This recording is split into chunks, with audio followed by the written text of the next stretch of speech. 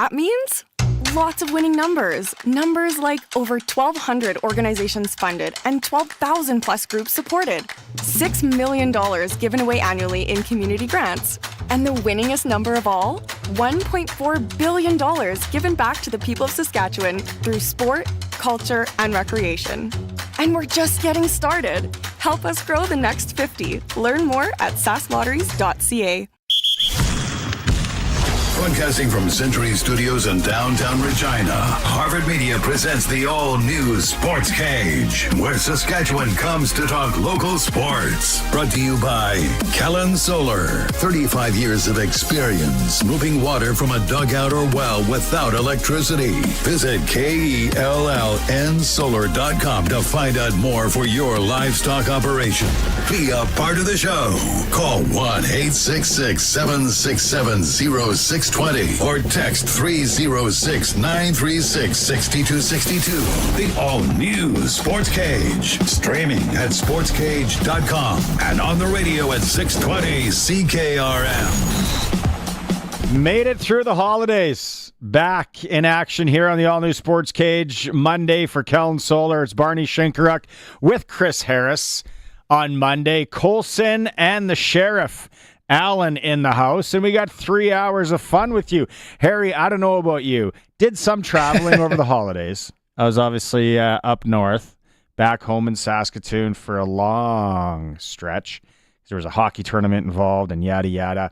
First time that I can remember ever, flu bug through the whole family. And I'm not just talking my 3 humans that I'm in charge or responsible for. Like, pretty much the whole Shinkaruk family was down, flu bug. And my only thing was, do not get sick Christmas Eve, because I wanted the Chinese food on Christmas Eve. No, but it was a nasty one. Getting through it. Mrs. S just getting over it as we speak. But we made it through the holidays. And you know what? When I was putting this show together and I texted you and I said, hey, you want to hop on? It's probably not going to be a lot to talk about. Maybe we'll do some World Juniors. We'll do some. And now I'm looking at things and I'm looking at updates and I'm looking at what's going on. There's a lot to talk about. We're going to have Dave Thomas joining us in a bit just to kind of put a bow on, pun intended, about Jake Maier. And now that traded to the Riders, they're negotiating. What's the deal there? Can we just ink this thing? Is this a done deal? We'll talk to Dave about anything else maybe in Rider camp for you, all you out there that want the Riders and CFL news here on December 30th.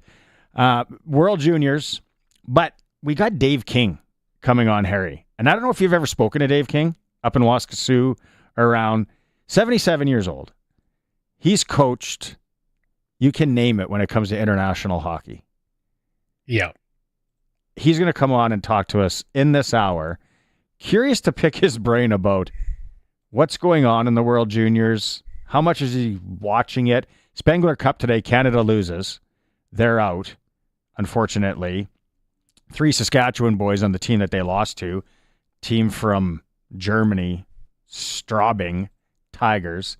So yeah, Dave King will talk to us in hour 1. Hour 2, Eric Francis, continue the hockey talk going there. We're going to have updates as we go along, like I said, from the Max or the Circle K tournament for all the new schoolers out there, the Pac Canadians and Moose Jaw Warriors in action. Hour 3, Darian Durant is going to stop by.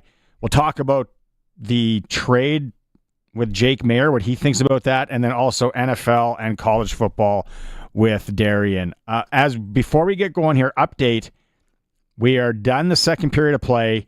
Pittsburgh now leading the Regina Pats Canadians 4-3 going into the third period of play at the Circle K Classic. It's always going to be the Max to me, and Circle K is not a sponsor, so I don't care. Moose Jaw Warriors, they are losing 2-1 early in the second to Airdrie. So both Saskatchewan teams got some work to do there. Obviously, you've been watching hockey. Let's go right at it here. Canada losing to Latvia. Where does that rank in World Junior, International, just hockey noodle scratchers for you? Well, I don't even know how you begin to weigh it against something else. It's huge. It's the only thing that I can think of that I thought of was when Latvia came in. I can't even remember. It was mid 2000s when they came out of relegation and came back to the tournament, and they had played Canada, and Canada was a juggernaut, and Latvia barely got to the tournament. They had no money. They were sharing sticks. They were just there on a wing and a prayer. And I remember them talking about them watching the Canadian guys have temper tantrums and snap sticks. And the look on the Latvian guys' faces was just like, they have sticks that they could just break? How far have they come from that scene in 15 years? They're down 1-0. They're down 1-0 right now to Germany. This game is going to go down to the wire. The raw emotion on the faces and then the behind the scenes after they won that. And yeah, it's only a preliminary loss. But the perspective that I go with is if Canada, let's say, hey, soccer, right? Our men's soccer team went to, in the Olympics and upset Argentina. And maybe even years ago, because Canada soccer's come a long way.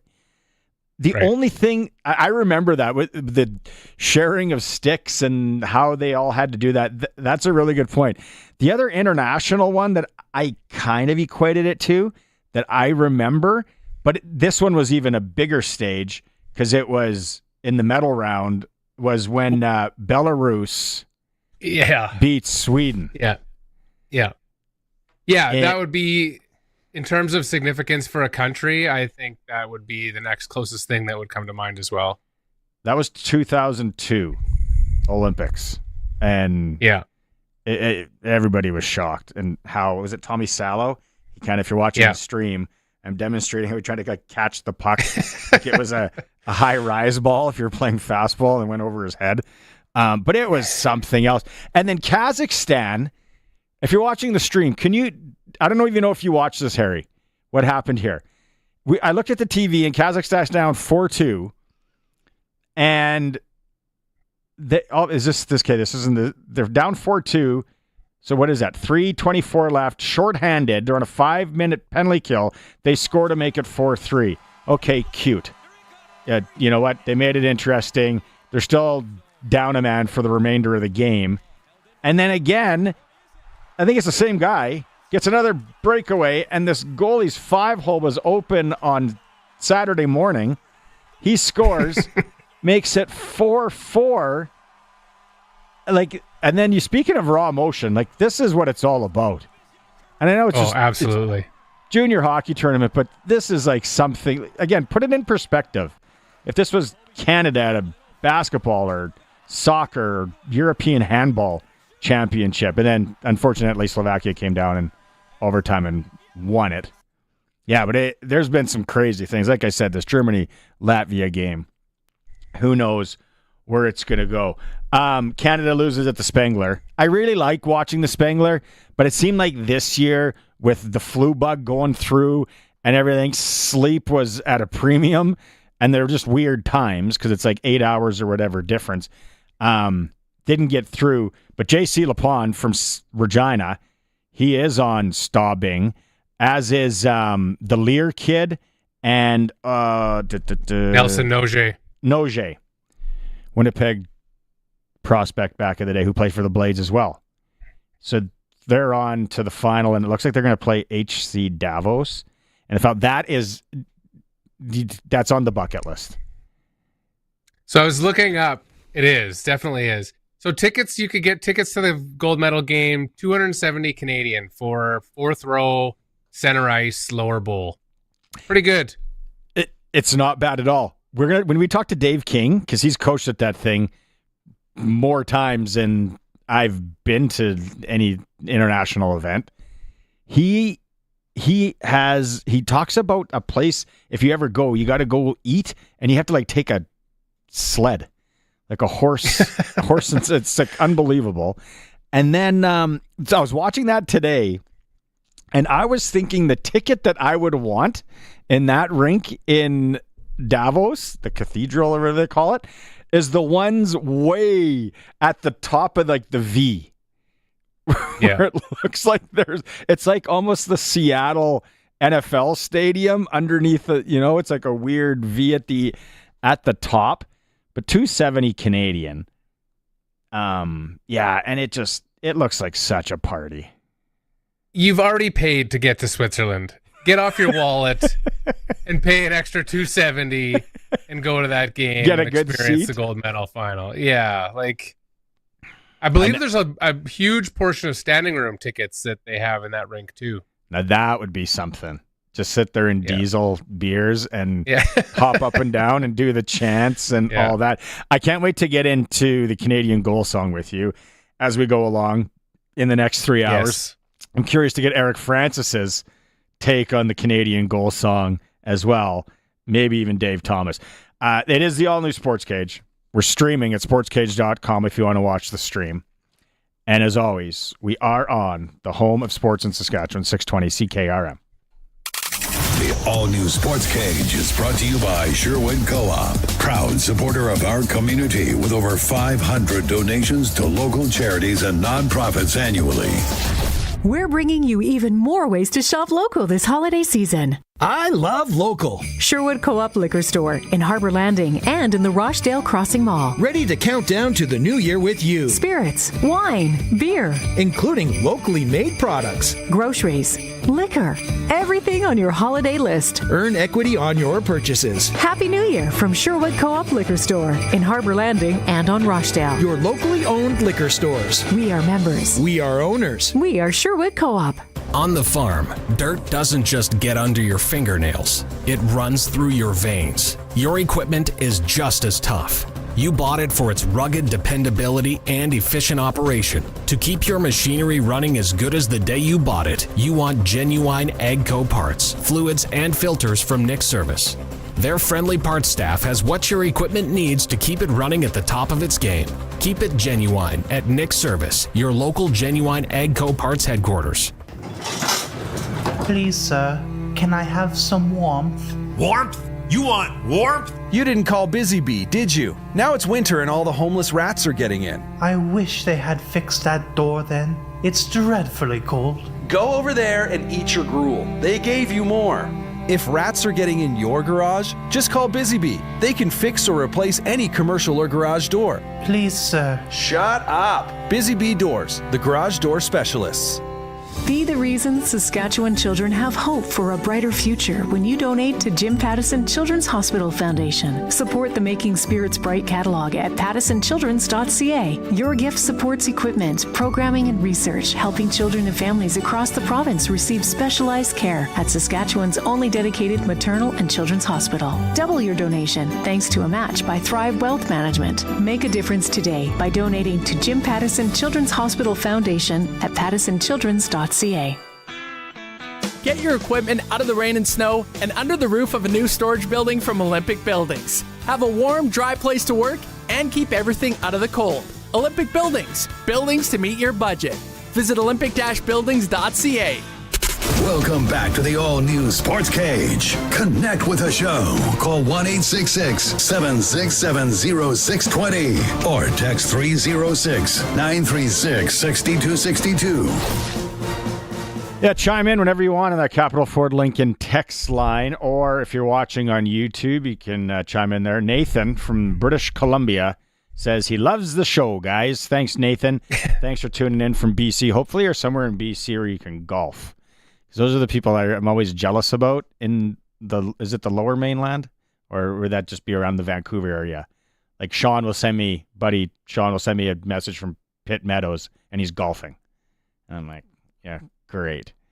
I'm sick of the flu bug in Saskatoon where they don't plow their streets and it's minus 25. Okay, then the flu. If any, see, people are driving around right now or getting things done, and because Colson, you had the flu bug go through or around too. Yeah, the wife is still getting over it. Yeah, not as bad as you guys, apparently. It started with my daughter, and she got through it the quickest. But wow, did I have cleaning up to do at 2:30 in the morning? Then it went to the son, and then it went the other parts of the family that were in there, then me, and then if she's listening, my wife is she's a strong, independent woman, and she has been around kids her whole life teaching. We'll bring Dave Thomas here in a bit because I think his wife's a nurse, and nurses and teachers, they seem to have immunity to a lot of different bugs, my wife said, I don't get sick. I just don't get sick. So everyone else is getting sick. And we're sharing like Chex Mix and we're sharing everything. And I'm like, how do you think you're not going to get sick? Like, it is going to happen. It's just a matter of when. Well, yesterday it happened. And hey, it's funny, but it's not. And my daughter, she's got me in her. She just wants to chirp right away. Mom is sick, and Gabby just wants to go in there and be like, see, told you were going to get, and I'm like, don't even bother doing it right now. You save that for about 48 hours down the road. But yeah, it's gone through, it must just be a provincial thing. And if you got the flu shot, maybe does that help? I don't know how that guessing game goes, but if you got the flu shot and you haven't got this flu, good on you. You picked right this year. Head to the casino, maybe chuck a little on black. Let's bring him in on the Western Pizza guest hotline. Nothing wrong with Western Pizza, especially when there's all this hockey to watch and no one wants to cook unless it's leftovers or it should be long gone by this point. Call your local Western Pizza. Get yourself the Greek favorites you love. Order a pizza. Dave, flu bug? Anything in your neck of the woods? Fingers crossed, we were able to escape the holiday season without the traditional festive flu. I'll let you know that, because usually we get it, but not this year. Yeah, well, this is the first time I've ever had it over the holidays. I was like, hey, if it's a thing that people usually get, I sympathize, definitely. Okay, so the Jake Maier thing, and I saw this come down, and I'm like, we talked about it. It was a strong possibility. That would be a great fit, Jake Maier, and people were chiming in on the Western Pizza guest, or on the Capital Fort Lincoln text line. People are chiming in on YouTube saying you guys are crazy on socials. No, it makes sense. But unwrap this for us. So now they're just basically, they have the rights to negotiate with them. Probably, are they doing it right now? Would it be close to being inked? Like, is there any chance that this guy says, no, I'm not signing here? I would highly think that's unlikely that he doesn't sign, but it's the timing of it all, right? Because this happened right before Christmas, and literally the day that it came out was the day that Jake Maier found out that he had been dealt to the Saskatchewan Roughriders by the Calgary Stampeders. So he didn't have a lot of time to process, right? Because there's a lot to go through, to think about, because he had it obviously in his mind since the final game of the regular season that there's a pretty strong likelihood I'm not coming back to Calgary. And then they go ahead and they get Vernon Adams Jr. Yeah, it's probably looking like I am not going to be in Calgary next year. So they had to give it some time to marinate, to let it sink in, and then it's over the holidays, right? So you don't want to be busting, digging up a deal, so on and so forth, considering all your options, right? He's got a family he's got to talk to. There's a lot of decisions, a lot of things that have to happen. But what does happen is that once the holiday break is over, the Saskatchewan Roughriders, and Jeremy O'Day mentioned it last week, is that he's going to sit down with Jake. They're going to talk about everything, go through everything. Mark Mueller is a huge fan of Jake Maier, which is a huge bonus for the Roughriders. And then the Riders have until February the 2nd. That's when that CFL negotiating window officially opens. And they've got the opportunity to talk to him one-on-one up into that point until they either sign him or he decides that he's going to test out free agency because, again, maybe he feels there's a better fit out there for him. I don't know. But to me, the Saskatchewan Roughriders, I think, are going to go ahead and make it very attractive for him to join the team next year. Yeah. That's the other thing I was thinking. It's okay if you're Jake right now and you're doing whatever Jake does on December 30th, or close to what would be the better option? Because Vernon Adams was coming in, And, okay, so the writing's on the wall there. Writing's kind of on the wall in Saskatchewan, too, with who the number one is. But we've also talked about it ad nauseum for the last 4 months. It's a 2-quarterback league. Like, if you don't have 2 guys that can sling and play, you're in trouble. Is there another option out there, Dave, that you think of that maybe is entertaining? Well, that's the big one right now. What is entertaining and what is Jake Maier willing to do, right? Is he willing to bide his time? And I call this kind of the Anthony Calvillo effect. Remember when Anthony moved into Montreal and he played behind Tracy Ham for a couple of seasons? He went ahead and he really established himself and got himself locked in mentally. He found out what it took to be an athlete, to be a quarterback, to be a leader on a team. Now, it's not saying or suggesting that he doesn't have any of those qualities. I believe he does. But this is an opportunity where there's no pressure on him to come in. He's coming in. He can go ahead. He can learn. He can pick Trevor Harris's brain. He can play behind him as much as he wants. And again, there's an opportunity that you know that not every quarterback is going to start all 18 games in the CFL. The only quarterback the last 2 years that has been able to do that or would have had he not been benched was Jake Maier. So if I'm Jake, I look at this opportunity as a chance to go ahead and redefine and refine my game under the tutelage of Mark Mueller, which is when I've had my most success as a pro in Canada. So that's the option that I think I'm looking at if I'm Jake Maier. If I look around the rest of the CFL, well, what's out there? Well, Calgary, he's not going back to Calgary. That's done. Edmonton has got Cody Fajardo and a reworked deal as well as Trey Ford established. They're not going to look away from Nathan Rourke in BC. Winnipeg, happy to have Zach Caleros right now.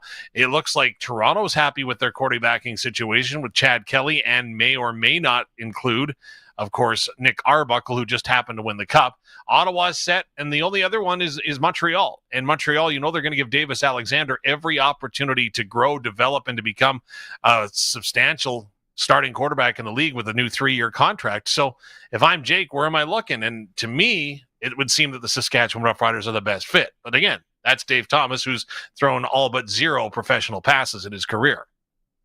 Has a sweet high school jacket, though, from Weyburn. Yeah, true. So we sat, I think it was the 3 of us who had this conversation. It was either when Adams went to Calgary or somewhere around there, where we talked about when you're looking for your second string quarterback, like Barnes said, it's a 2-quarterback system, but you also want to avoid precipitating a quarterback controversy at some point in your year. You want a guy who is capable, but not who is going to push for the starting job.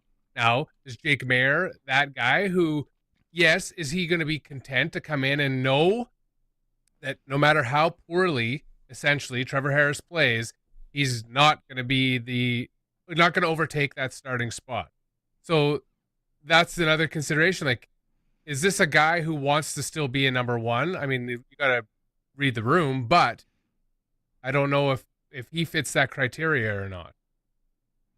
Well, the only question that I would have is where would he have an opportunity to be a number 1? And the one thing that we saw firsthand last year with the Saskatchewan Roughriders was you earned your spot, right? And the one thing that Coach Mace continually talked about, and that was now entrenched in this dressing room and in the philosophy that he has built in the culture, is the fact that the standard is the standard. And if you play to the standard, you get to play. So last year in training camp, right, how many people thought that Mason Fine was going to emerge as the number 2 quarterback? And end of the day, Shea Patterson was head and shoulders above everybody else in camp, and he proved it day in and day out. Now, I'm not writing Shea Patterson out of the equation. Again, it's going to be an interesting dynamic in that quarterback room should he come back. But saying all of that, who's to say that Jake Maier is signing as a number 2? Maybe he comes in and wins the job outright. Who knows? But I wouldn't put it past the Roughriders to say, hey, let's see what you can do. Let's face it, we all can expect Trevor Harris to be starting game number 1 for the Roughriders next season. But I'm just saying there's a possibility out there. So let's see what you can do, kid. How big of a factor, too, at play here is the Mark Mueller card? Gigantic. Big one. Yeah. Huge. If you've got an ace up your sleeve, that's it right there. Mark Mueller and Jake Maier, from what I've heard, and I don't dispute it, and I haven't heard anything to the contrary. Have a fantastic relationship, and again, Jake Maier has been his most successful with Mark Mueller at his side. So I think you reunite the two of them here. I think that's just a perfect match between the two of them, and then it's on them to recreate it, right? Recreate what you showed in Calgary that upset Bo Levi Mitchell. The Stamps went ahead and said, okay, Bo, thanks, but no thanks. We're going to go this way, in large part to the tutelage of Mark Mueller. So we'll see whether or not that could be recreated in Saskatchewan. We don't know, but where does this leave Shea Patterson? We don't know. Pending free agent, right? We don't know. Yeah, and I would like to know what he's thinking at this point at stage of the game. With all, there's still a number of free agent quarterbacks with CFL experience on there. Is the sample size big enough for a team to say, we want that guy? Or for a team to say, thanks, but no thanks? I don't know. It's tough. He's still young. And that's the other thing with Maier, too, is, Trevor Harris ain't going to play forever. He's still in great shape. When he gets the time in the pocket, I don't know, and people are going to start chiming in here and yelling at me. I don't know who slings it better. He was like a CFL version of Tom Brady when he was getting rid of the ball quick and just picking apart defenses. But he's got let's say he's got 2 more years, maybe. That's perfect for Maier if he buys in. If they're it sounds like with Mueller being tight with them, being up front, Coach Mace being as up front as from what I know of him, it seems like, there's nothing hidden. It's going to be, all right, this is the plan. Eventually you're going to play. And you're probably going to play before that because it's just how the league is. But are you cool with this script or this layout for the next 2 years? And what you're saying, Dave, kind of sounds like it'd be a good fit for the guy. I think it would. Why wouldn't you go back to where you've had some success, have an opportunity? And again, that, okay, my opportunity isn't now, but it could be the next snap, right? That's the same as it is for every quarterback in the Canadian Football League. And in Jake Maier's circumstance, I would suggest that, again, if he's willing to go ahead and be mentored into the next guy, right? And that's a conversation that I'm sure that will be held right up front with him, from Jeremy O'Day to Coach Corey Mace to Mark Mueller. Here's what we anticipate and are looking and thinking. What do you think? And if that fits, then he signs on the dotted line. Plus, if he doesn't have anybody else knocking on his door, is he really in a position to be like, you know what, that 2-year timeline doesn't really work for me. I'm going to explore other options. Dude, you don't have any other options. This is it. Well, Nick Arbuckle was a week and a half away from going and coaching high school football south of the border before the Toronto Argonauts came calling because his green card was expiring here, or work visa, in Canada was expiring, and he was going to head out. So to me, you're right. Absolutely. It's what are you willing to do? It's a life decision, right? Do you want to keep pushing and pursuing this goal and this dream, or are you content with where it's at, right? And again, life decisions. I love it. I think that's our first green card comment on the all new Sportscage. Okay, I gotta ask you. Let's go back to this CFL report card that was released on every team, and now as more info's come out since the last time that we talked. What was the one on there? 3 Down Nation had a bunch of pieces. What was the one thing on there that really made you chuckle? Chuckle. I think some of the reactions, just the reactions to the grades that were coming out, right? Because they were out there from meals to the way that the team travels. And to me, I was like, really? What? And so just the reactions that were out there to them, like Ed Hervey going off in it, but this is embarrassing. Well, okay, it was embarrassing. But when you're not winning, things aren't good, right? Everything is terrible when you're losing. Okay, so you travel with the team, and you get to go on an airplane with the team. It's not like you guys use the same. It's not like the LaRange Ice Wolves have their bus. You guys just have a charter from WestJet or wherever, and could be a different bird every time. So the one that made me laugh was, I think it was Winnipeg. Somebody on Winnipeg complained about the team plane, and it's ratty and it's basically a hunk of junk, and there's not a lot of leg room. And it's like, hey, bud, that's not owned by the Winnipeg Blue Bombers. Well, you have what you visions just all of a described sudden. as a plane. Well, you got the visions from Major League. Remember the Cleveland, Yeah. how they downgraded to that terrible plane before the bus? So, like, no, you know, it's if you've traveled commercial, you basically have traveled on one of the planes that the CFL employs in their partnership with WestJet. So I thought that was interesting. Yeah, no. And then the food thing, like Harry, you run a pretty good diet. Me, not so much. Like wouldn't the food thing, a lot of that would be with the player. Yeah, do you think they'd have some input into what they're putting in? I was just like, whatever there is. We're finely tuned machines, but I guess it's just ho-hos and Pepsi today. Well, from what I can tell you, is I can draw a little bit of similarity to the Saskatchewan Rush of the National Lacrosse League. I followed them for 3 seasons. And again, there is a lot of preparation when it goes to making sure that there's nutrition for when the players come into the dressing room. Like, are there bananas? Are there fruit? Are there whatever else out? Like, I'm assuming that's what we're talking about here. Like, again, if you're worried about eating corn dogs on Tuesdays all the time, I don't think that is exactly what happens.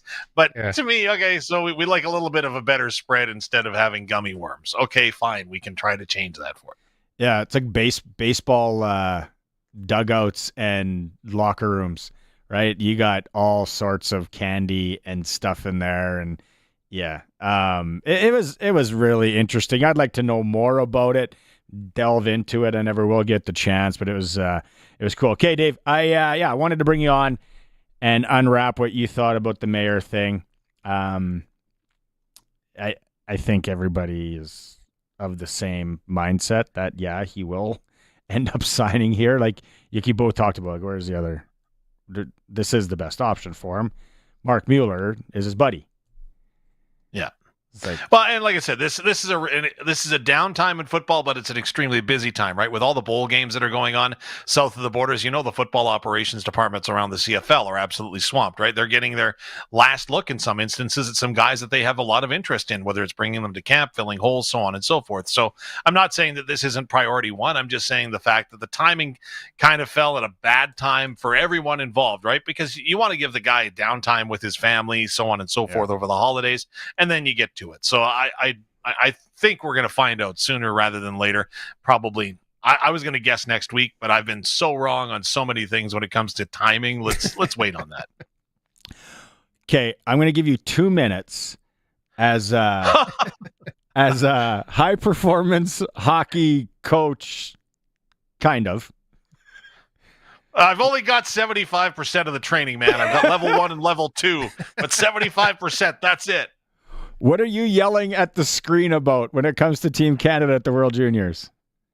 My wife had to come and check on my kids because she thought I was upset at them, and it was the TV. Like, I've never been this upset before at the World Juniors. Like, I love the tournament year in and year out. I've never missed it. But in the Latvia game, I couldn't believe our one forward was disengaging when we had the puck in the offensive zone, and he's out taking a skate between the red and blue line. Like, if I'm Latvia, hey, that's one less shot. I got to worry about blocking. Things are good. And then last night, I just couldn't believe it. To me, if you're having problems scoring, you simplify things, don't you? And let's face it, there is so much talent on this Canadian roster. Like, I've had an opportunity to see some of those kids, like from novice, Berkeley Catton in Saskatoon, for example, the guy who's just buzzing everywhere right now. It's a disjointed game offensively, because in the second and third period last night, there wasn't a single rebound converted by the Canadians. They didn't have a rebound chance. And to me, if you're having problems scoring, what we call it, and again, this is very primitive hockey, is we called it the ground and pound. We shoot it at the goalie's skates, and we send everybody and their dog to the net, and you keep whacking away at the puck until it either goes in, you get knocked on your butt, or the whistle sounds, in no particular order. Yeah, I don't... for me and Harry, you and I can get into this more, but there's a lot of a lot of things that's interesting. I don't think it's doomsday, like a lot of people on social media and everywhere. The world's caving in, but we win tomorrow, and then keep winning there, and things will change. But yeah, losing to Latvia. I'm glad I got to see it. I told my kids, they were watching with me. I was like, you guys just watch history, right? Like Latvia just beat Canada, kind of a nothing game, maybe a little bit embarrassing, but that was historic.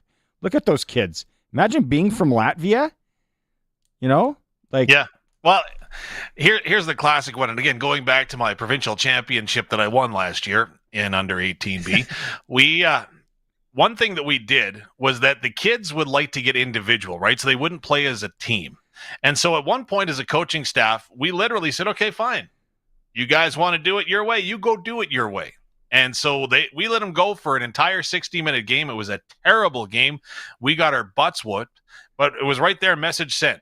Okay, guys, you can do it your way or you can do it our way. I guarantee you we're going to have more success. Well, I was the coach, so I couldn't guarantee. But we thought we would have more success if we played systems and did something other than pond hockey and played a team-style game, which led us to a little bit more success. And I wonder if that maybe was what happened with Dave Cameron and Mike Johnson and the team, right? Oh, yeah, you guys want to do it your way? You guys want to keep doing the dangling in between the legs and off the crossbar and all that stuff?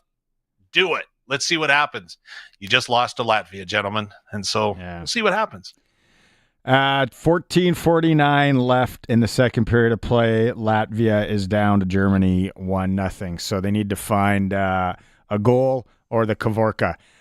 Dave, thanks so much for stopping by. And let's catch up possibly later in the week. Sounds good, guys. Have a good one. Voice of the Saskatchewan Roughriders, Dave Thomas, joining us on the Western Pizza guest hotline. Time for a quick break. Update 2, Regina Pat Canadians now down 6-3 in the third period. 7 minutes, 49 seconds left to Pittsburgh at the Circle K Classic, also known as the Max Tournament. It's the all-new Sportscage, streaming at sportscage.com. Water heater and water softener rentals are now available at Bronco Plumbing, Heating and Cooling. Instead of paying big money up front, you can rent a water heater and water softener directly from Bronco without the worry or hassle.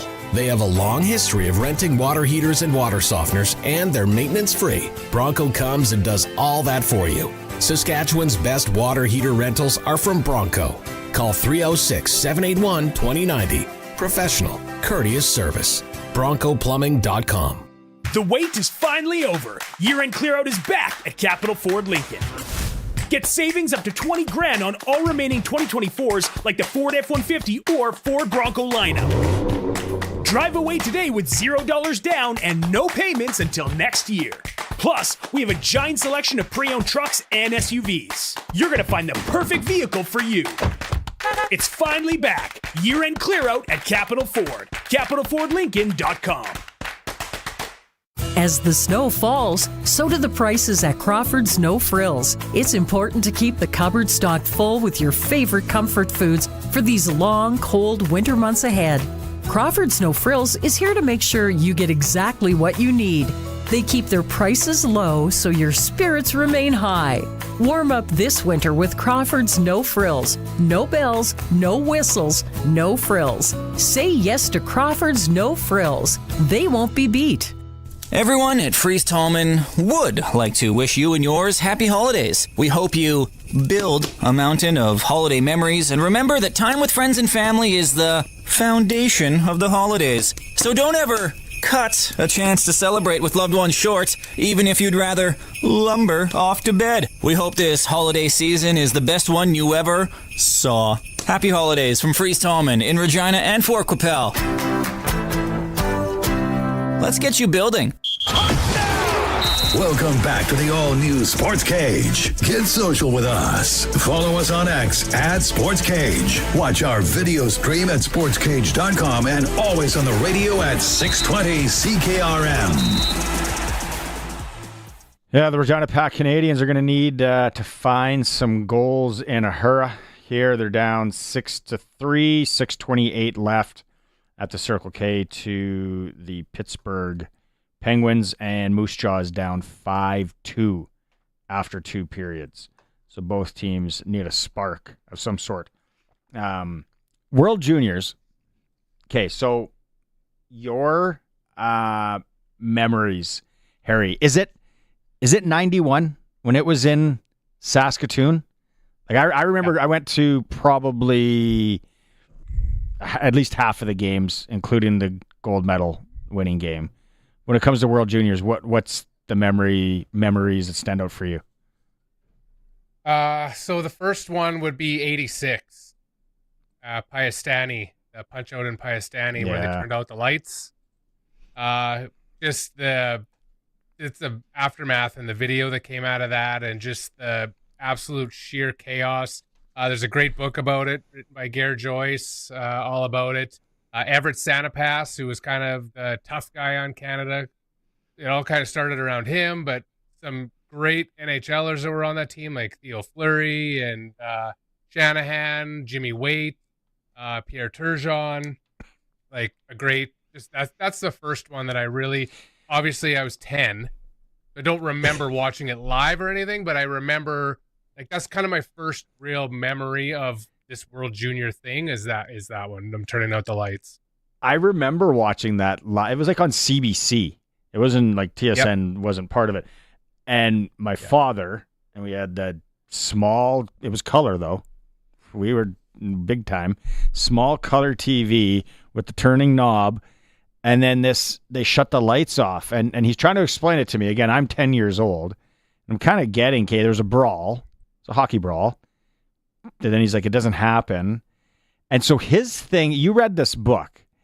Now, my dad, rest in peace, he always thought that the Russians did it because they weren't going to medal anyway. Right.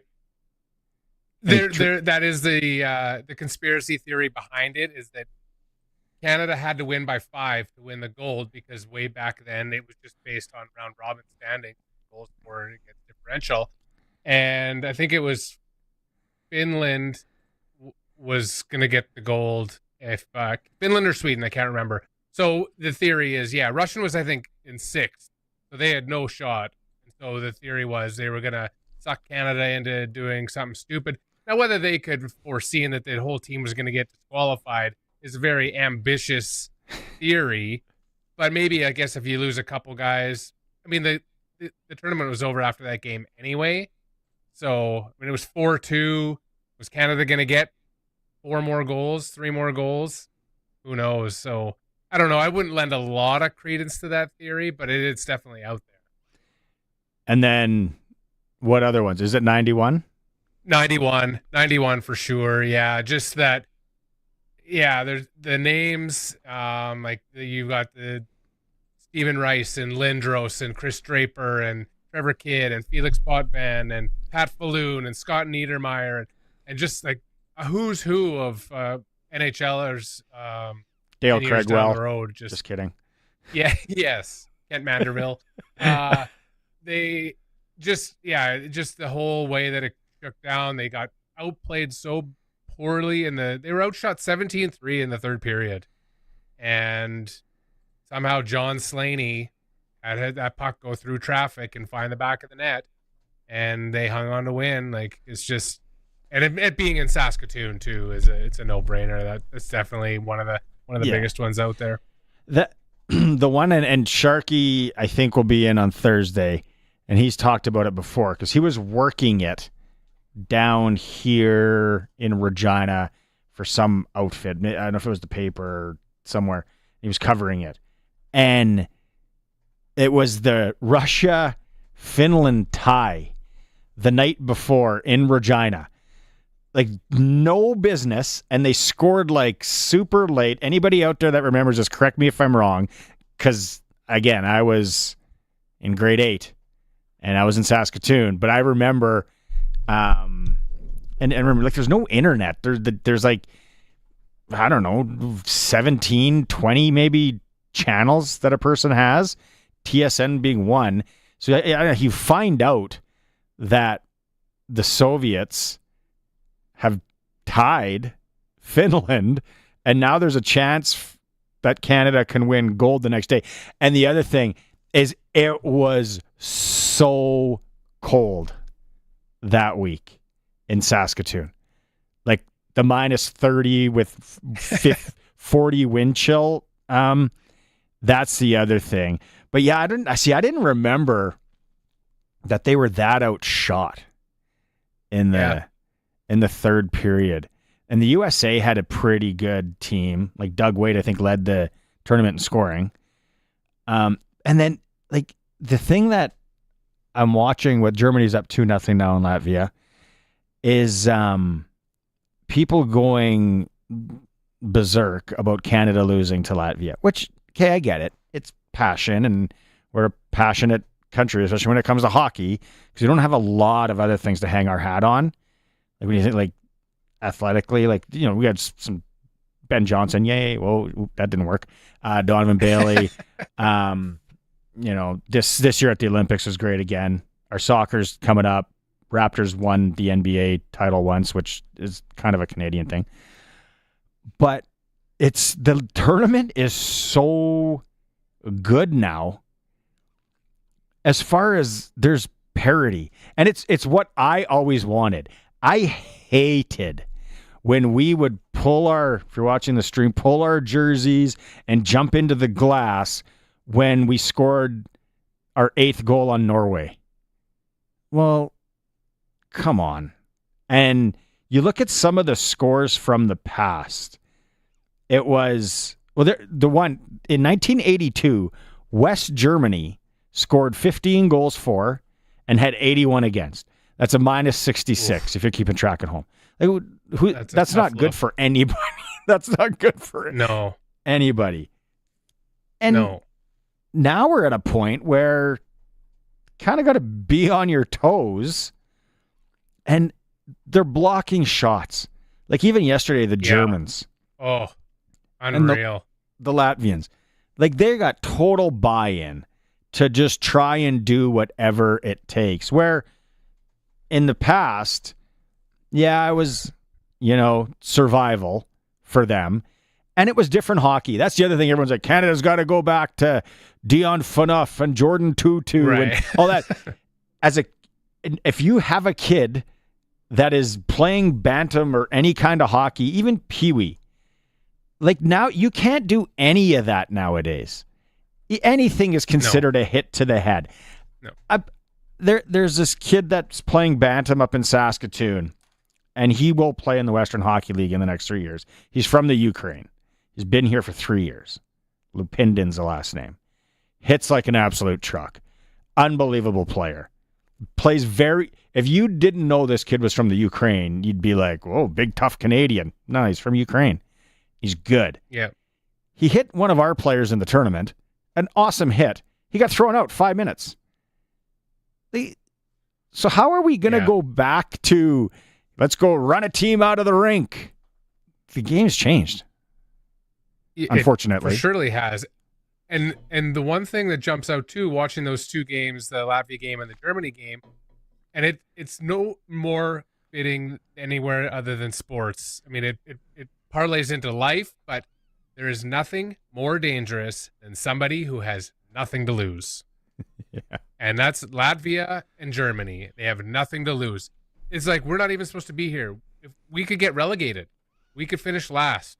So we'll go out there. We're going to block every shot we can. We're going to hit everything that we can. We're going to take every opportunity that comes at us, and we're going to try to win a game. And that's exactly what they did. Like, they're just, it's a different mindset. When you are that much of an underdog, it is a totally different mindset. They're not going in there thinking, we could win this game 6-1. They're thinking, we have to absolutely sell out to have a shot to win this hockey game. And that's super dangerous. Absolutely. I went down the rabbit hole because I'm like, where do we land? Where do we stand on? There always used to be the Group B. Who's coming up from Group B and who's coming up? So it's. I think they're calling it Division 1 now, and then there's a Group A in Division 1. So those are the teams that are coming up. Denmark's already won it. So Denmark is in next year, 2026. In that division, Austria is getting bumped down. Getting bumped down to Group B, where Japan's moving up, And you got Ukraine, Italy, Estonia, Poland, and South Korea going down. Then there's a Division 2. Group A in Division 2 of World Junior Hockey consists of Croatia, Lithuania, Great Britain, China, the Netherlands, and Romania. Oh, and then there's a Group B. This is all World Junior Hockey, folks. Group B, if you want to sprinkle, you got Spain, Serbia, Iceland, Iceland. I thought that was just Mighty Ducks. Apologize to everyone out there from Iceland. Did not. Australia, Belgium, and Israel. I knew Israel's got a team because there's a guy in Saskatoon that coaches over in Becker's brother. It's in the Arab Emirates. Okay. Huge on hockey. Then there's a Division 3. And I'm like, are you kidding me? Chinese Taipei, New Zealand, Bulgaria, Turkey, Mexico, Bosnia, Herzegovina. They're going down, though. And then Thailand, Kyrgyzstan, South Africa, and Luxembourg in the final. That's the Group B of Division 3. I had no idea it went that deep. No, nor I. Not a clue. I thought there was one underneath, maybe one under. Yep. And then I'm like, wait a minute. This thing keeps going down and down. Chinese Taipei. They were awesome in fastball back in the day. Ukraine, still, yeah, like. So then I was going, you know that Japan has been in the top before? I didn't know that. A few years ago, I think there was a big deal because they made it in. Top pool. Poland, I remember, and they were always like, speaking of, they had the goalie like showing up and he was wearing a Tupperware article on his head with a mask screwed to it. And like bad, like that was the other thing too, that it was like, oh, this isn't good. Look at the goalie for this team that we're beating 9-1. There are kids right now playing ODR hockey in the province that have better gear than that goalie. Remember in the 80s and 90s? Yeah.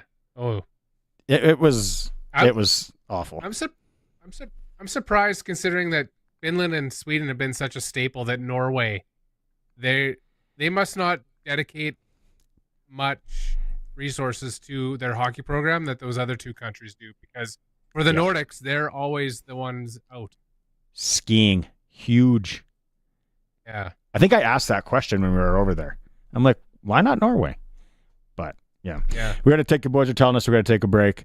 Quick update as we go to break from the Circle K. Regina's made it close.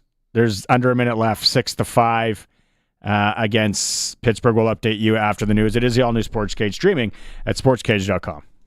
Well, howdy, y'all. Wood Country Woody here. You ever been kissed by your mother-in-law? Brr, nothing chillier than that, except your house when the wind's out of the northwest. Fret not, my friend. It's John's Manville Insulation to the rescue from Wood Country. Insulation so good, even your mom-in-law will thaw a little. Get toasty. Save money. John's Manville Insulation from Wood Country. Your home is your castle. In McLean, Estevan, and Tisdale. Wood-country.com. Down here at Heartland Livestock Moose Show, we are going to start slowing down through the month of December. We still have a couple sorted sales left, and this feeder market is still holding out at an all-time high. These cows and bulls are still holding steady compared to years past, and these bred cattle are flying off the shelf with these good bred prices. For all your marketing needs, don't be afraid to give us a call at 692-2385. Get top dollar for your cattle and get them sold at Heartland Livestock Moose Show.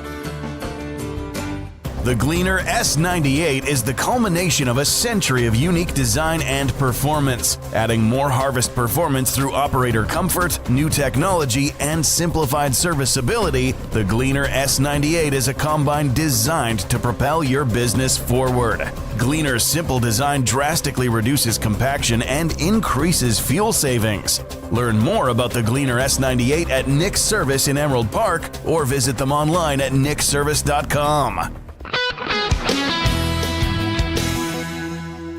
It's 4 o'clock. Good afternoon. It's mostly cloudy and it's -5 in Regina. I'm Corey Atkinson from the Harvard Media News Center with 620 CKRM News for Sherwood Co-op. Proud supporter of our community with over 500 donations to local charities and nonprofits annually, and by Mercedes-Benz Regina. For those who can, Mercedes-Benz-Regina.ca. The Saskatchewan Party was elected to its 5th term in office in October with a much smaller majority. Premier Scott Moe says that they are listening to what the voters have had to say, taking action on 4 key issues. In a year-end interview with Sask Today, the Premier says that they've already taken steps to improve affordability and the cost of living. Moe says there is much work to be done. We heard that we need to have a renewed focus when it comes to healthcare. We need to have a renewed focus when it comes to education and in particular K-3 outcomes. And we need to continue to focus on ensuring that the communities where Saskatchewan families live, regardless of where that is. Moe says having some new faces and voices around the cabinet table will bring fresh eyes and fresh perspectives to issues. Regina police are investigating a weapons offense after responding to a residence in the 0 block of Pine Place on Friday at about 4 p.m. Officers arrested a 27-year-old suspect without incident. A search of the home uncovered a modified airsoft gun, ammunition, a conducted energy weapon, methamphetamine, and items consistent with drug trafficking. Police also found identity documents not belonging to the suspect. The individual faces multiple charges, including possession of prohibited weapons, identity theft, and drug trafficking. The accused appeared in provincial court this morning. An extension to the federal deadline for claiming charitable donations on your tax return is set to last until the end of February. Finance Minister Dominic LeBlanc's office says the extension request will be granted in response to the Premier's calling for it, helping ease the effects of the 4-week Canada Post strike. Charities across Canada reported difficulties in receiving their usual donations as the Canada Post strike hindered mail delivery. The Finance Department says the government will introduce the changes once Parliament resumes in the new year. And police in New York said that there are no credible threats for New Year's Eve in Times Square. Still, security will be extra tight. Bomb-sniffing dogs, drones, dump trucks blocking streets, and cops on every corner. That's just some of the NYPD security for New Year's Eve in Times Square. At this time, there are no specific credible threats. However, Police Commissioner Jessica Tisch says ever since last year's Hamas attack in Israel, they've been operating in a heightened threat environment. The public can expect to see a tremendous amount of police resources deployed throughout the area and across the city. Mayor Eric Adams says it's all about making sure everyone has a safe experience. There are many officers that have plainclothes assignments to give the element of surprise. Thousands are expected to pack the small area of Times Square surrounding the ball drop, even more in the buildings and blocks surrounding it. Julie Walker, New York. That's your 620 CKRM News. Read more stories from around your community and around the province at sasktoday.ca and 620ckrm.com. Your weather is next. We're bringing you even more ways to shop local this holiday season. I love local. Sherwood Co-op Liquor Store in Harbor Landing and in the Rochdale Crossing Mall. Ready to count down to the new year with you. Spirits, wine, beer, including locally made products, groceries, liquor, everything on your holiday list. Earn equity on your purchases. Happy New Year from Sherwood Co-op Liquor Store in Harbor Landing and on Rochdale. Your locally owned liquor stores. We are members. We are owners. We are Sherwood Co-op. Get ready for winter, all winter long, with Bronco Plumbing, Heating, and Cooling. A new Bryant furnace can keep your whole home warm. And right now, you can finance your Bryant furnace with Bronco for a special rate of 4.99%. And don't start paying for 6 months. Plus, don't forget about available rebates on qualifying furnaces. Be ready for winter with Bryant at Bronco Plumbing, Heating, and Cooling. BroncoPlumbing.com. Bronco and Bryant. Whatever it takes.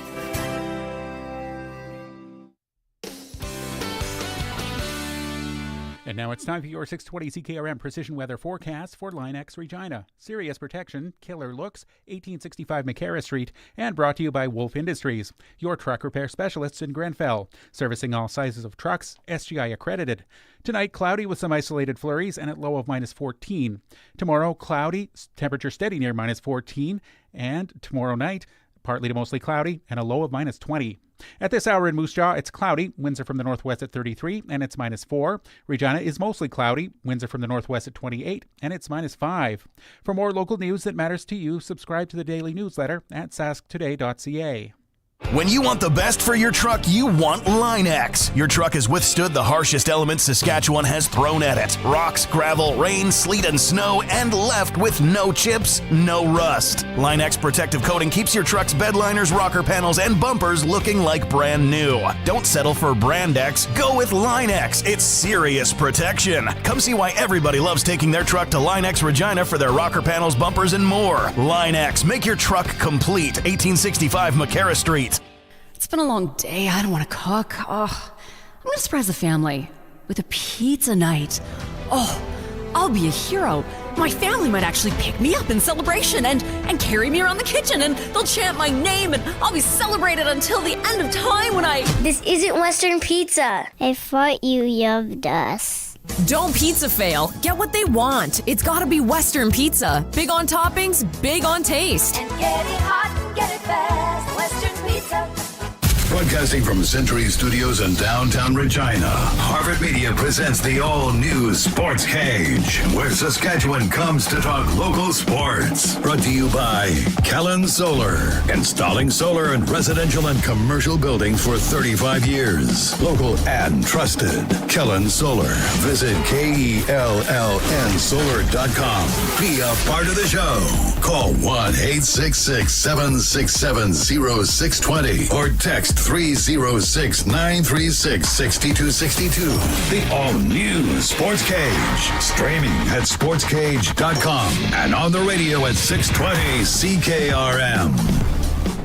Welcome back. All-new Sports Cage. Barney Shinkaruk and Chris Harris. Colson and Allen on this Monday. We're back in the saddle. There are crazy things going on at the Circle K /Max tournament in Calgary. The Regina Pat Canadians were down at one point. What was it? 4-2, 5-2, 6-3, 6-3, 6-3. Yeah. A kid by the name of Maddox Schultz, who's a second-year bantam player, tied the game with tied the game with 0.5 seconds left. He's got 3 goals and 2 assists for the Pat Canadians. They are in overtime, and we are trying to keep you updated. The site gave Pittsburgh the game. And it kind of clicked off, and then I'm like, it's not over. Josh Miller texted me and he's like, he just tied it. 0.5 seconds left. That is crazy. Wacko. Unreal. Moose Jaw's down 5-2 to Airdrie. Third period, about 14 and change left in that. Canadian mixed doubles curling, it's underway in Nova Scotia. All 3 Saskatchewan teams are on the ice in the opening draw.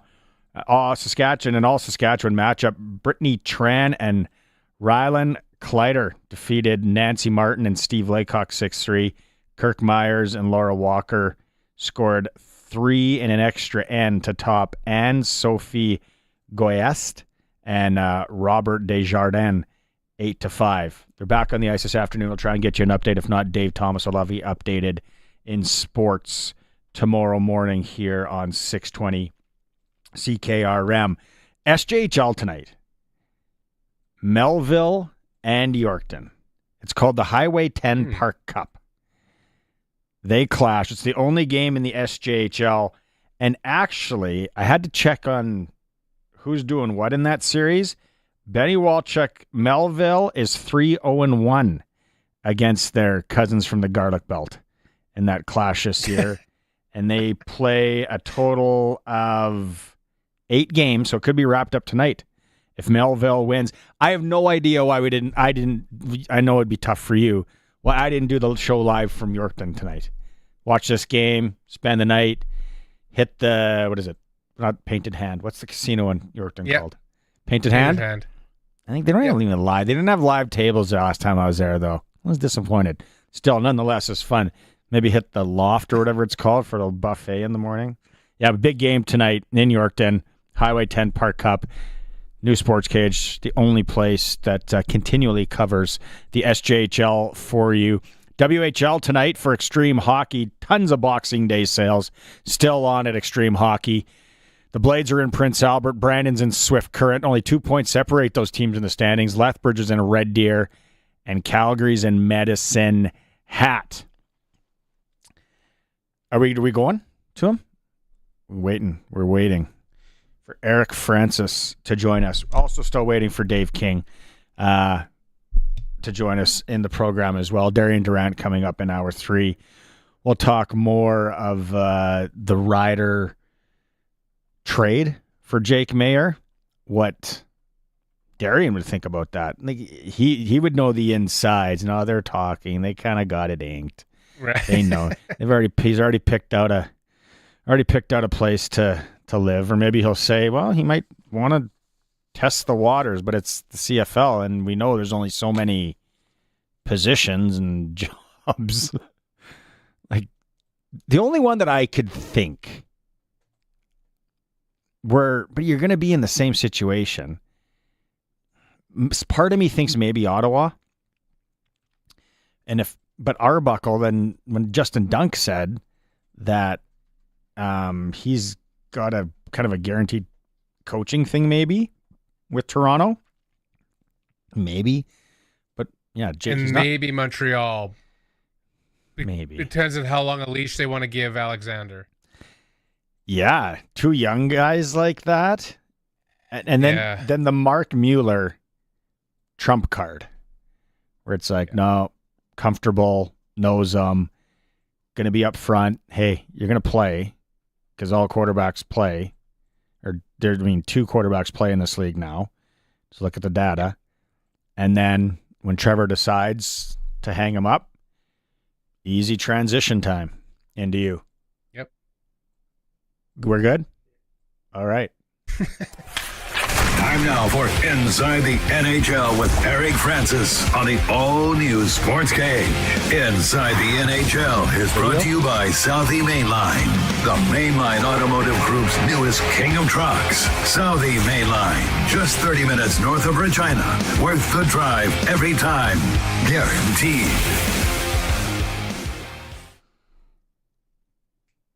Joining us from his automobile is from Sportsnet, Eric Francis. I thought you said you were going to be joining us from the Circle K Championship. I am, but I had to go out in the parking lot to get video going. I don't want to stand there like a jackass in the middle of the rink, talking my ear off when there's an overtime game that I wouldn't want to be watching right now with your Pats. Why wouldn't you do it from that? Like that, if anything, if we give you, what's the word I'm looking for? If you got the okay to do it, it's during an overtime game with the Pat Canadians right now. It's not like you'd be cheesy airport guy on your walking around in the airport lounge loud. That guy's annoying. From a hockey game, an overtime game, we would have given you the okay to do it. Have you been watching that game? I just caught about 10 minutes, but then I had to pop outside here to do this. And then my son's in there watching right now. He'll tell me what a great game I missed, but that's okay. You're right. I should have stayed in there, but you guys, I didn't want to do video. Anyway, long story short, I'm at the Circle K. It's always going to be the Max tournament. That's what I'll always call it because I'm old. And it's the best damn U18 tournament in the world.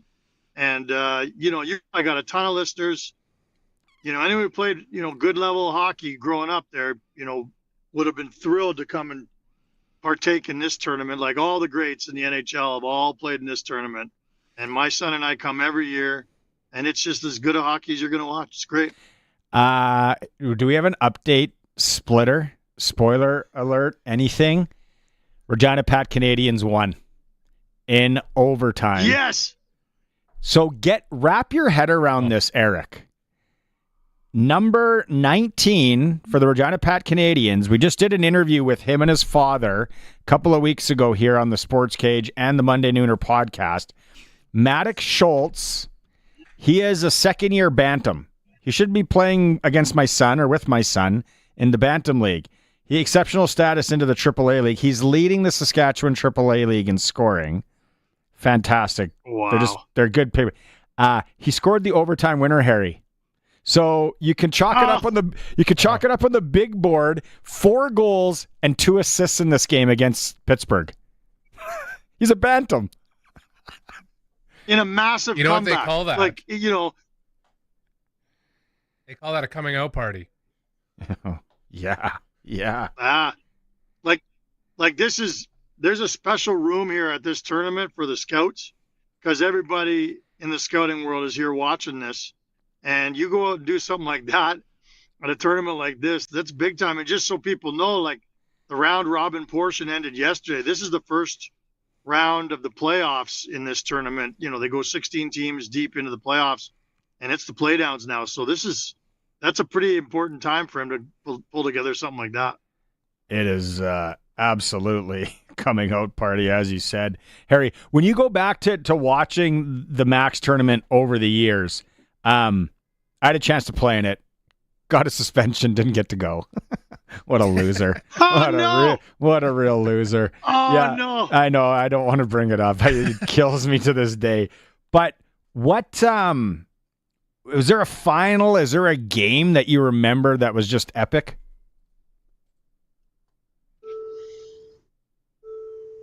Did I lose him? Oh, I got you there. Okay. Sorry, I think you got to put your seatbelt on too. It was beeping. I said, is there one game? I had to turn the car on. It's cold here. Is there one game that you remember from the Max tournament watching it? You said you go every year. That's kind of been epic that you always go back to? Yeah, it's funny you asked that. Like, I covered this tournament for probably my first 15 years in Calgary. And I'll never forget Parise. Zach Parise was Shattuck St. Mary's. And by the way, every year they've ever come to the tournament, they've won every single time.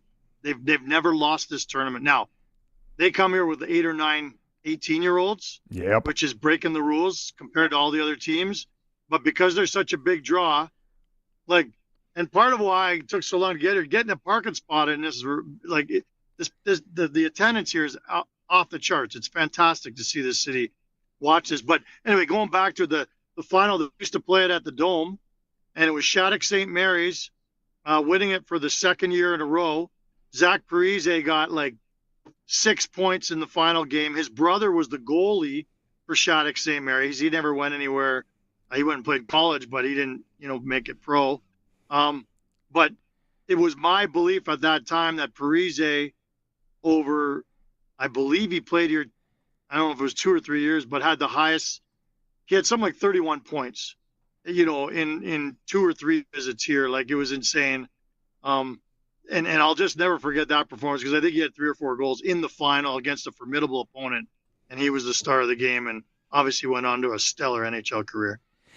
And his dad was the coach, J.P. Parise. The Parise was famous for the 72 Summit Series. Yeah. Yes. He was in that. So what do they talk about that a lot there? Because I'm starting to get it in Saskatchewan, and there's a couple of reasons why that I'm hearing. The Saskatoon Blazers have now declined invitations to go twice. Is what I heard from one parent was because you're there so long now. Like, it used to be when you were out, you got back on the bone shaker and back to Saskie. But now there's like a B and a C and a D and a who cares cup. Like, it's like going to a golf tournament and like you lose out and then you're playing like the loser bracket or whatever. It's like, no, I'm just going home. But and there's that, and that these academies have the older kids, like you said, the 18, almost 19-year-olds. And then you talk about Shattuck, but the other one that's the up-and-comer that I hear, there's a female girl from Saskatchewan, Striker Zablocki, who is unbelievable, one of the best in her age and probably the world. She's at this Bishop Kearney in New York. Oh, yeah. And now they're at the Max. So I'm wondering what happens. Like, do you hear about them maybe limiting these teams to ages, or they probably can't do that? It's been an ongoing debate. I do believe in past years they've said to Shattuck, like, we'd love to keep having you every year. You're a big draw. This is a big deal for you guys. It's a big deal for us. But you can't bring all your 18-year-olds. And then they go, their response, I was told years ago, was, well, then we won't come. So Yeah. you want the big boys in town. This whole tournament was built on the backs of the local teams, giving them a chance to play against the best U18 players in the world. And so, if you're going to bring in the best like Shattuck, it's a great experience for the Calgary kids. Now, it's a very interesting point. So your stuff when it comes to this tournament. They changed the format this year because after the last couple of years, you were in a division of 4 for the round robin, and based on how you placed in that round robin, you were either in the A division, B, C, or D. So basically, if you lost one game, you couldn't possibly win the tournament. You could win the B or C or D final, but that's not why anybody comes here and pays $50,000 to do that. So the cost is a big deal. And what I was told was these teams basically said, we're not spending $50,000 to come here and lose one game and we're out for the team. So they changed the format this year. So now top 16 teams in the round robin all get into the playoffs and they're seeded 1 through 16 and they play down like that, which is a way better way to do it. And so good you asked about that because people weren't happy with it. So some teams were turning Max aside or the Circle K aside in the past couple of years. Yeah, I'd noticed the 16, the bracket now, and I'm like, okay, that's new. That's different. So that's what they're doing it. Okay, Harry, I sent this to you yesterday.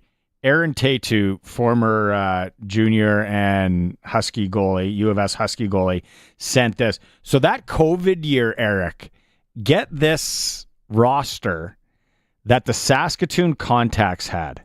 So if COVID wasn't a thing, someone didn't need a bat or whatever happened, and there would have been a max tournament that year, the Saskatoon Contacts would have went to that tournament with, get these names, Kalen Lind, Nashville Predators draft pick, Braden Yeager, captain of Team Canada, Riley Height, Minnesota Wild, Caden Price, one of the best defensemen for Canada so far at the World Juniors, a young Berkeley Catton, Chicago Blackhawks defenseman Kevin Korchinski, Toronto Maple Leaf prospect Noah Chadwick, and their goaltenders, WHL star last year Max Hildebrand, Ethan Chadwick, and like there's names on there too that aren't drafted that are playing college hockey.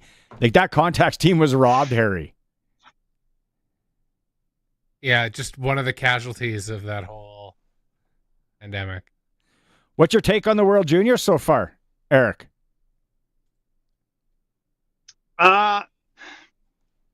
Be honest. Yeah, I'm going to be honest with you. Yep. Because I rarely am on this program.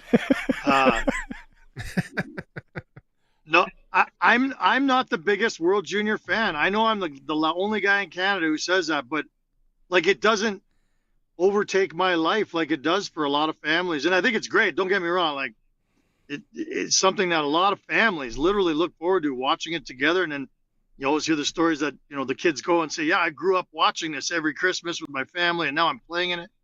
Like it's a phenomenal tournament. I just find at Christmas time, I'm usually at this tournament at the Circle K watching this with my son out of the country, just having a holiday, and I don't watch hockey at all. So I've watched a couple games. The one game, I watched their first game and then I watched the loss against Latvia. Like, I mean, again, knowing how much people put into this tournament, I'm surprised they didn't, demand that the Prime Minister come back from his holiday to kind of address this awful situation where Canada lost. There's going to be a summit for sure. It's one of those tournaments like all of them. The round robin doesn't mean a whole lot. I know that it can hurt you in terms of your positioning, but the goal, as everyone always says, is build as you go along. I'm not sure we've seen that though, because I haven't watched enough, but it doesn't sound like the result yesterday where they barely squeaked by and won 2-0. So anyway, I'm not going to give you a real educated kind of opinion on it other than to say I'll start digging in and watching a little more now. But, it looks on paper like a hell of a team, but the way they've been playing is not what anyone's expected so far. I think it's just come such a far way. We've come such a far way. Hockey has to like where Harry and I were talking about, where Canada would play Norway And like Norway would show up with different gear and their goalie, like there's better street hockey equipment out there, and they would get beat by 10 goals. No, like, it was true. And then, and to be, it was never the big thing for me in my life. As a kid, it was. And then I was just like, why are we pounding our chests and jumping into the glass when we're demolishing these kids from Poland or Kazakhstan or wherever? Just, it didn't excite me. But now I love the fact that you don't show up, you can lose. Yeah, it is great. And obviously the goal is to hopefully have the women's game get to that point at some point. And they've made some strides, but it's still a two-team tournament. This is, it's still not anybody's game, nor should an international tournament be anybody's game. There are still 3 or 4 countries that are still just fill-ins. But every year, like what, you tell me 6 teams could win the gold in this tournament? That's pretty awesome. 6, 7 teams? I don't know how you guys would break it down, but the talent level is incredible. And I'm always blown away every year by Sweden. Like, what's their record over the last dozen years? I think they've lost 1 round robin game and only have, like, I think 1 World Junior gold to show for it. So it's fascinating the way this tournament always shakes out. Have you wait till you watch the highlights of the Kazakhstan-Slovakia game when you get home. You got to watch how that one finished, because it was actually, just as a hockey fan, it was pretty crazy and exciting. Quickly, I don't know, Harry, what you want to touch on here. The one NHL thing, I was watching the Flames and Senators, or no, Flames and Sens the other night, whatever. No, sorry, Flames and Sharks. Dustin Wolf I had no idea. He's from the Bay Area. And he grew up idolizing Evgeny Nabokov. Yeah. Yeah, he grew up in the garlic capital of the world, Gilroy, California, also home of Jeff Garcia. And I remember when Wolf made his debut last year, or was it the year before, I got Jeff Garcia to do a video that we ran on our TV broadcast, just kind of saying, from one Gilroy native to another. They didn't know each other. But they're 2 big names in this city of Calgary, both from this small town of Gilroy. They have this garlic festival every year that's a big deal. And yeah, it's about 40 minutes outside of San Jose. He grew up going to the Sharks games.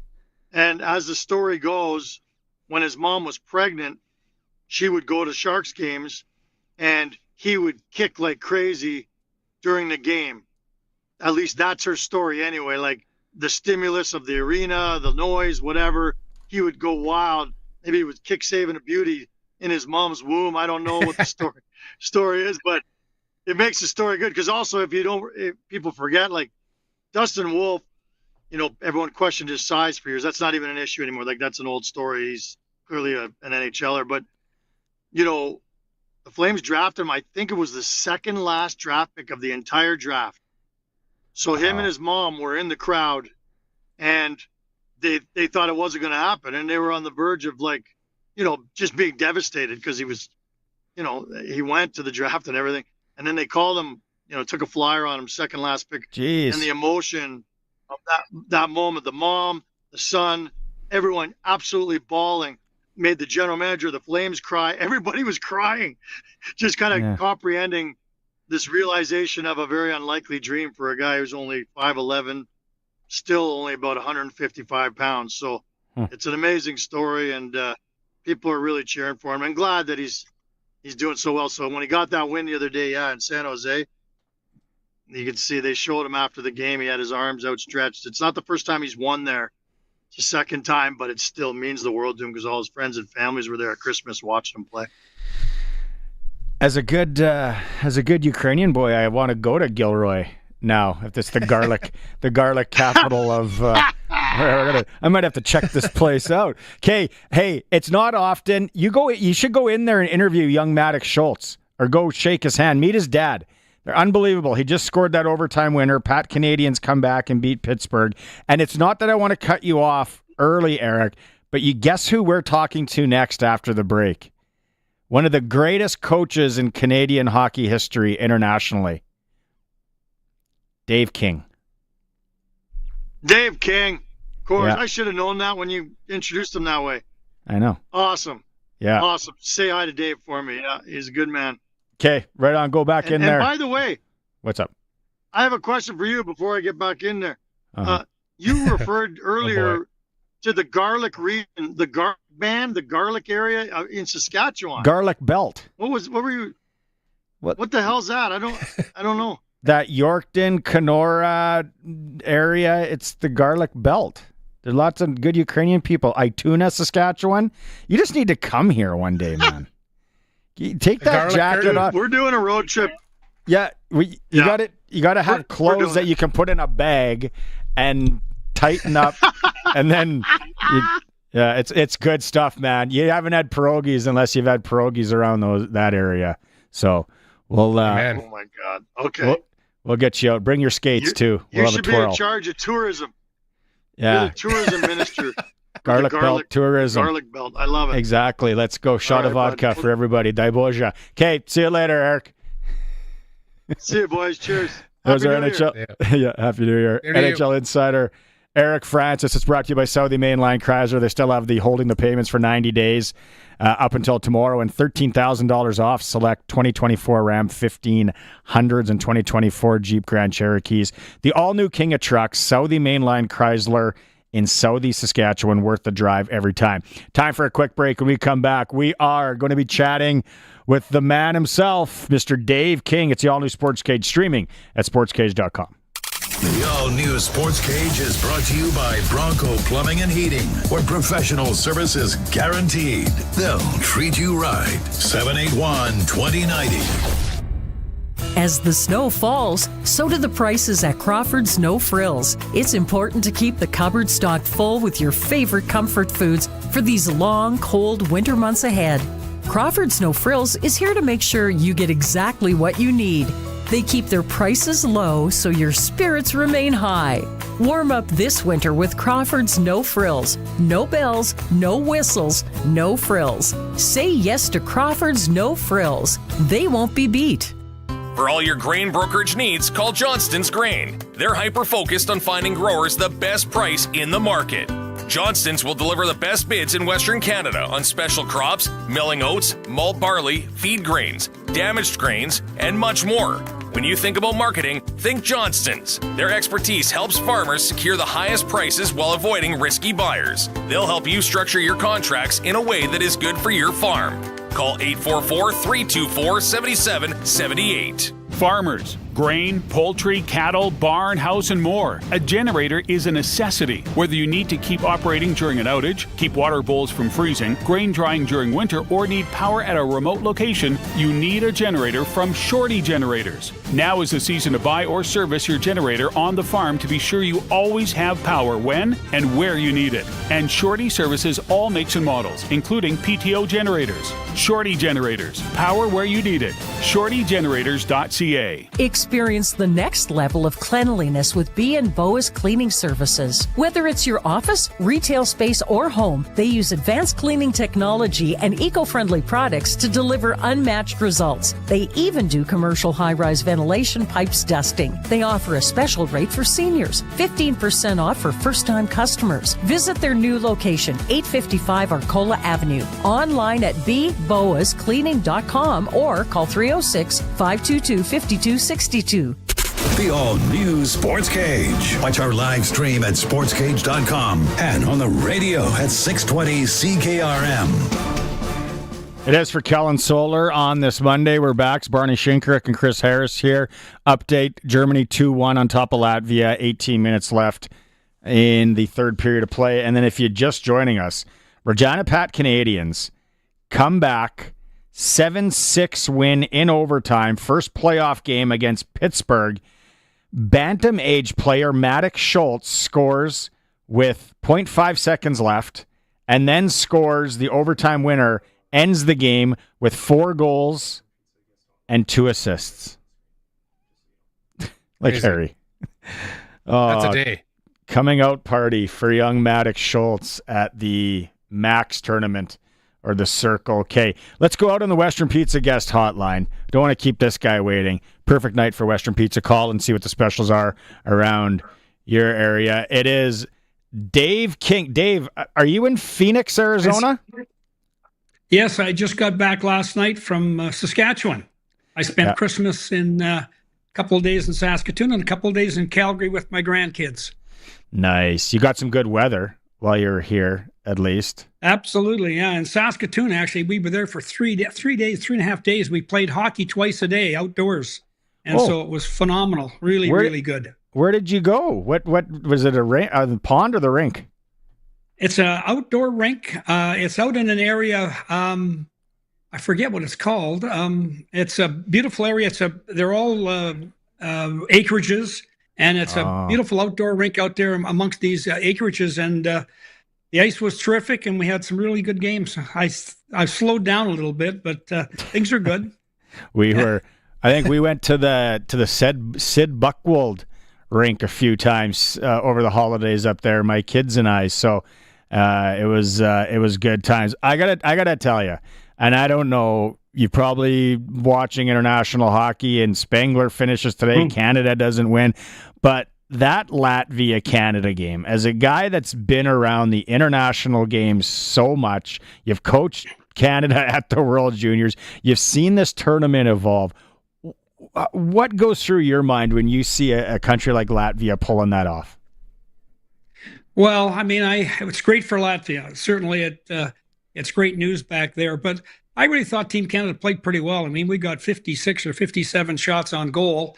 I think they blocked probably 25 or 30 shots. So we did generate a lot to their net, and their goalkeeper was very good. And you got to give them credit. Their ability to block shots and clear rebounds at critical moments was really good. But, I thought Canada played a pretty good game. I mean, they didn't give up very much, and their young goalkeeper was terrific in the shootout, which I was really impressed with. But, I think it's really good sometimes in tournament play, and I've been involved in a lot of international tournaments. It's good sometimes to get some adversity early, because all of a sudden the room for error is gone. And so everybody starts to really, really buy in to what they have to do. Everybody's prepared for every game, every shift, and suddenly it kind of galvanizes your team sometimes. So I think it's good for Canada. Disappointing for us, but nice for Latvia.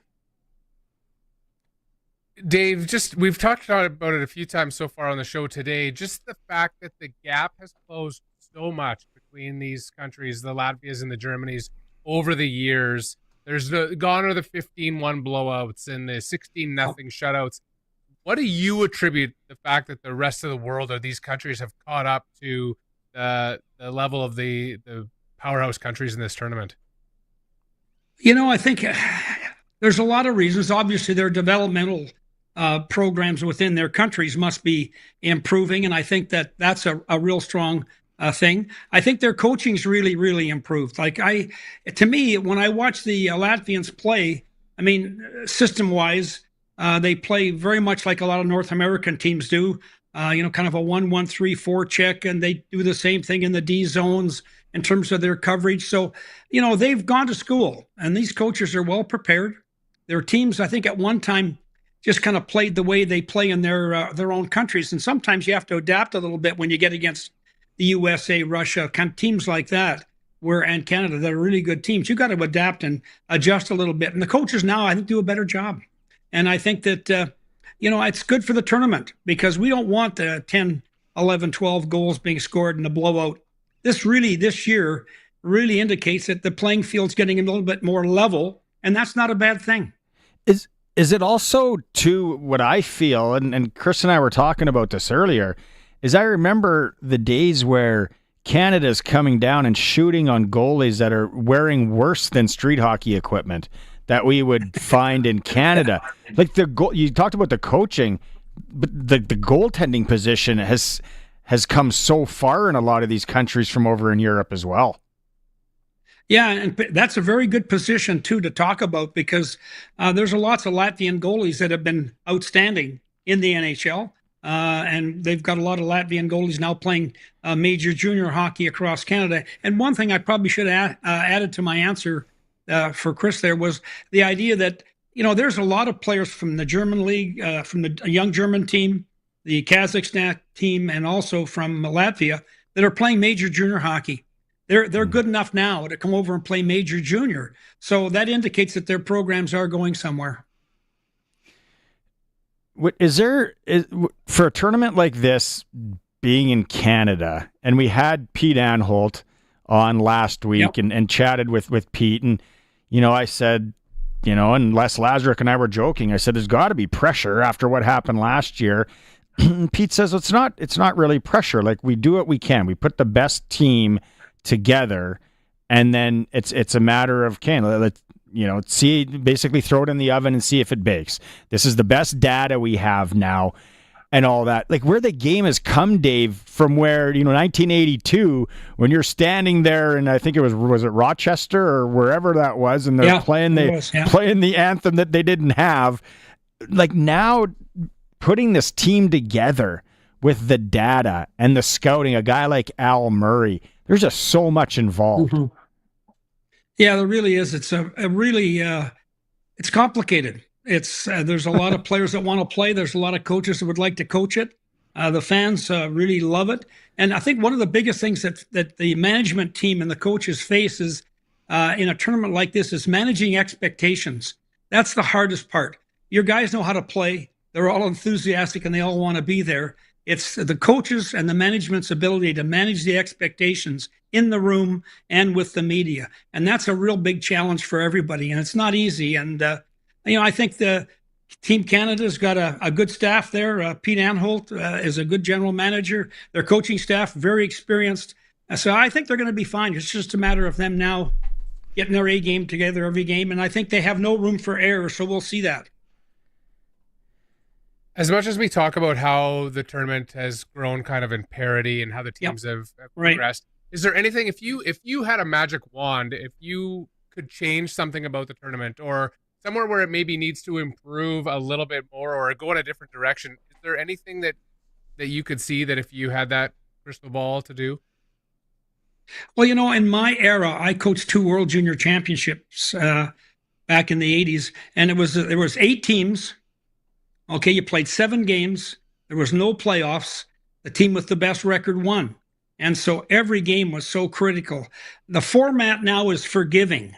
I mean, you have to make the playoffs, which pretty much, even at the World Senior Championships, it's very hard not to make the playoffs, to be honest with you. It's pretty easy. So a lot of these games, almost in the minds of players, I think, become preliminary. It's kind of getting warmed up for the medal round. We're going to get there, but we'll just take our time and build a little bit. So, I think the format is probably a little generous. At the senior level as well, we have too many teams for sure that can't compete. This year, it's really pleasing to see Latvia compete, and that really helps in terms of really making it a better tournament. But I think that's one of the things that I wish that they would do, would maybe be reduce the number of teams a little bit, so you're really, really guaranteed good competition. Every game counts, but everything's made for TV. And we know that, and everything's made to generate income. And I understand that that's a big part of sport at every level now, is how much money can you make? Is that why they got away from that format? I think that's probably, I think that's probably what happened. All of a sudden it became back in 82, as Barney mentioned, it was hosted by Canada and it was hosted by really the U.S. We had 3 games in Winnipeg. We played the Russians, the Swedes, the Finns. And it was interesting because the stadium sold out for all 3 games in Winnipeg. And the reason is that's where Canada's national team under Father Bauer was housed for years. And so they had a real, they really enjoyed international hockey, the city of Winnipeg. So we sold out those games and they were terrific. But I think the format got pretty good. All of a sudden, the World Junior Championships became a really interesting television event. And so automatically they look to expand it. And the other thing you got to look at is we get 1 vote. The U.S. gets 1 vote. When you go to those meetings with the IIHF, you don't have a lot of people telling you want to stay at 8 teams. They're all saying they want to get in it too. They want it to generate a lot of interest in their countries. And that's what's happened to hockey overall, guys. I would say, now that you can go to Russia, you can watch an NHL game in Russia every night. I can watch KHL games here. on my computer. So, the globalization of the game has caused, if you really look at it carefully, everybody now is pretty competitive in the marketplace because everybody can do their homework. And hockey is a copycat game. Everybody plays the same. If you watch an NHL game, you could switch sweaters, and the power play is a 1-3-1. The PK, it's a push down. Everything's the same, and that's okay. That's the way the league is. But internationally, too, it's a copycat game. So it's become competitive. And hockey's growing in some of those countries because of the exposure they're getting in the international game. Now, Dave, I know that you have a book out that was released in early 2021, but it was more of a coaching guide. Why no Dave King story? Because I would read tomorrow your biography, even if it was just your time in Russia. I did write it. Any plans to do a book? Well, I did write a book called The King of Russia that talks about my first year in Russia when I coached in Magnitogorsk. I had Evgeny Malkin, Nikolai Kulemin, guys like that playing for me that went on to play in the NHL. So I wrote a book about that experience that year, which was a fantastic year for me. The other book I wrote is Loose Pucks and Ice Bags, and that is really a coach's book or an avid parent. And there's a lot of avid parents out there, that want to, they want the kids to play the game more than the kids want to play the game. So but it's interesting. I really I have lots of good stories. People have asked me that, and I've got so many good stories from my international time and with the NHL teams too. Sometime I may, but I've got 2 books out there. It's a lot of work to write a book, though. It's not easy. We had him on the Monday nooner, and I think it was an hour that we did the podcast, Dave, and it felt like we could have went for 2. I know Linda was in the background probably saying, "Okay, we got to get going here, Dave." But hey, the one thing I was telling Harry is it's on my bucket list, and I think Harry's as well, is to go to the Spengler. And when you and I talked last year, what was the restaurant that you got to take like a sleigh to or something? Yeah, there's a restaurant about 8 or 10 kilometers outside of Davos, and the way you get there is by horse-drawn sleigh. And the sky is so clear that you almost think you can reach up and touch the stars, because as the horses are taking you along this little path, and you go to this beautiful all wooden building, and it's fondue, and it's famous, and you have to book ahead. And Team Canada always takes the team out there for a night on one of our off nights for a nice meal, and it's a wonderful tournament. It's a hockey festival. I can tell you, the Spengler Cup is the most fun event you can attend, and it's amazing how many tourists actually go to the Spengler Cup. They're not big hockey fans. They enjoy the game, and they don't have a team to cheer for, but they go there because it's a great place, great skiing, and the festival just takes over that whole area. And it's every game is sold out. The fans are wonderful. They cheer for every team. It's really, really something.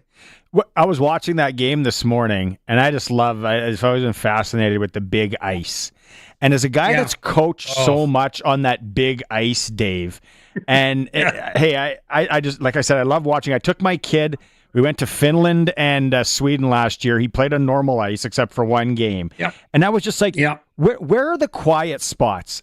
When you're helping a coach on that big ice, where are the spots that you wouldn't really think about attacking or sitting in that's on a regular sheet of ice? Well, there's definitely more space below the goal line. So the game behind the net, you've got more room to work your game low and be effective there. The corners are very, very deep in Europe too. Not only is the rink bigger, but the configuration of the corners is deep. So there's a huge amount of space in the corners. And then the other part of the game, if you stretch skate, you've got an extra few feet. The blue line to blue line, it's a lot of room. And so you can build a lot of speed. And that the big ice is kind of exciting. The small ice gets the game to the net, which I think is really good. On the big ice, sometimes, if you watch KHL games, very often the shot totals are 21, 22, 23 shots per team. So in an NHL game, it's probably closer to 35 or 36 shots. So the game doesn't get to the net as much, but it really allows skilled players to have more space. And boy, when they have more time and space, they're really good players. The one thing that our guide in Finland said was, and we were talking about the game, and I've always just been fascinated. And he said, over here they teach even at a young age that puck is power. You want to hang on to that puck, and that's something over there, Dave. Like, why isn't that translated maybe as much here, or the old dump it in thing that we do? And the other thing that I noticed there too, which I thought was fantastic, was here at a young age, it is to the kids to get out of the zone, up the boards, up the boards, up the boards. Yeah. There's a creativity, and if it's not there, they bring it back, right? Like, how do you explain all that, Dave? Well, it's on a big ice. If you start trying to chase the puck, you get tired really quickly. It's a big ice surface. So, and really, when you're defending, you burn more calories than you do attacking. And so keeping the puck, turning back, holding it, building up the play a little bit is really part of the European game. And they still do it now. They play more like we do now. I mean, our games have come together. It's really a hybrid game. It's been cross-pollinated from both groups. We play a bit more European, especially our specialty game, power play PK, and they play 5-on-5 a little bit more like we do. But you were talking about space. Can you imagine? Do you know how big the slot is in a defensive zone in Europe? To cover that area, it's really, really hard. So it's very interesting that their game is different. I hope our games never get too close in terms of how they're played, because I like the difference. I think it's good for the game. They do some things differently, and that's how we've changed our game. We've picked up some of their game and brought it to the NHL game. But there's no question that the NHL game, it's back pressure. Everybody defends now. Like when I first started in the NHL, guys, your scorers didn't check. They scored. That was their job. Now you're expected, every forward's expected to block shots. It's part of the game. And you're expected to back pressure. It's part of the game. If you watch our top players now, our top players not only score well, they're amazingly good defensively. It's because the game has changed. The expectation is you play both sides of the puck, and the game is so much pressure, so much speed, you have to do it to be able to win. Yeah, if you could put up 80 and 90 points and be nominated for the Selke, you're doing something right. Wow. Yeah, that's a very good point. You're right on. And I think if you look at the Selke winners, a lot of these guys are amazing offensive players, and so, you watch some of the you go back, watch Mario Lemieux, and I had a chance to coach him once. And he didn't do a lot of checking in his era. Mr. Gretzky didn't do a lot of checking in his era. Yeah. They were attackers. They were expected to score, and they did. They did their job. But boy, now your offensive players, your top scorers, they're amazing hockey players. They're so complete that it's really impressive. Well, like it was last year, Braden Point, who's not the biggest, so skilled. Yeah. He's blocking shots. And I said to my son, I'm like, that would have never happened back in the day. Like, you had the guys that were crazy, that were there to block shots. Like you said, it was just nothing. And now everybody does it. It is such a skill to block a shot. Where I first saw the tip of the iceberg with the skilled players doing that, remember once I was coaching in Columbus, and we were playing the Red Wings, and Steve Yzerman was playing for the Wings, as you know. He was their captain. And I was doing a pre-scout, and Yzerman went down on a PK, and he 3 times blocked a shot. And I thought, God, this is one of the most skilled players in the league, blocking shots. He's going to get hurt. I mean, the coach has got to tell him, don't do that. You're going to get hurt. I need you in the lineup. But he was one of the guys that started this, this idea. And he wanted to win the cup. He hadn't won the cup. And so Stevie started to do this, and all of a sudden, it started to grow. And it's interesting, too, the teams that win the Stanley Cup, the Colorado Avalanche, the year they won the Stanley Cup, they blocked the most shots in the NHL. And that's a team stat. It's crazy. It's so crazy. Okay, last quick one before we let you go. If you watch international hockey, you see everything. Skoda. From all your time over there, did you ever own or lease a Skoda with Linda? No, I never did. I always got those beautiful BMWs and Mercedes and that kind of stuff. But no, they're a heck of a car. Got to give those Czechs a lot of credit. They're building a pretty darn good vehicle. It's all right. Dave, you know how much I appreciate a chance to talk to you all the time. We could go on here forever. 22 degrees, it says in Phoenix right now. So, I hope you're having a great time. Thanks so much for doing this again. Anytime, Barney. I really enjoyed it, and it was great to be on. Thank you. Thank you. Happy New Year. Sir. Yeah, Happy New Year to you. We'll see you in Waskesiu. Thank you. All righty. Yeah, there is legendary Canadian hockey coach Dave King. Harry's just sitting there shaking his head. We just do the 3 hours with him? Yeah, I know. It's unbelievable. Do all 3 hours with him? Let's take a quick break. It's the all-new Sportscage streaming at sportscage.com. Water heater and water softener rentals are now available at Bronco Plumbing, Heating and Cooling. Instead of paying big money up front, you can rent a water heater and water softener directly from Bronco without the worry or hassle. They have a long history of renting water heaters and water softeners, and they're maintenance-free. Bronco comes and does all that for you. Saskatchewan's best water heater rentals are from Bronco. Call 306-781-2090. Professional, courteous service. BroncoPlumbing.com. Get your equipment out of the rain and snow and under the roof of a new storage building from Olympic Buildings. Have a warm, dry place to work and keep everything out of the cold. Olympic Buildings. Buildings to meet your budget. Visit olympic-buildings.ca.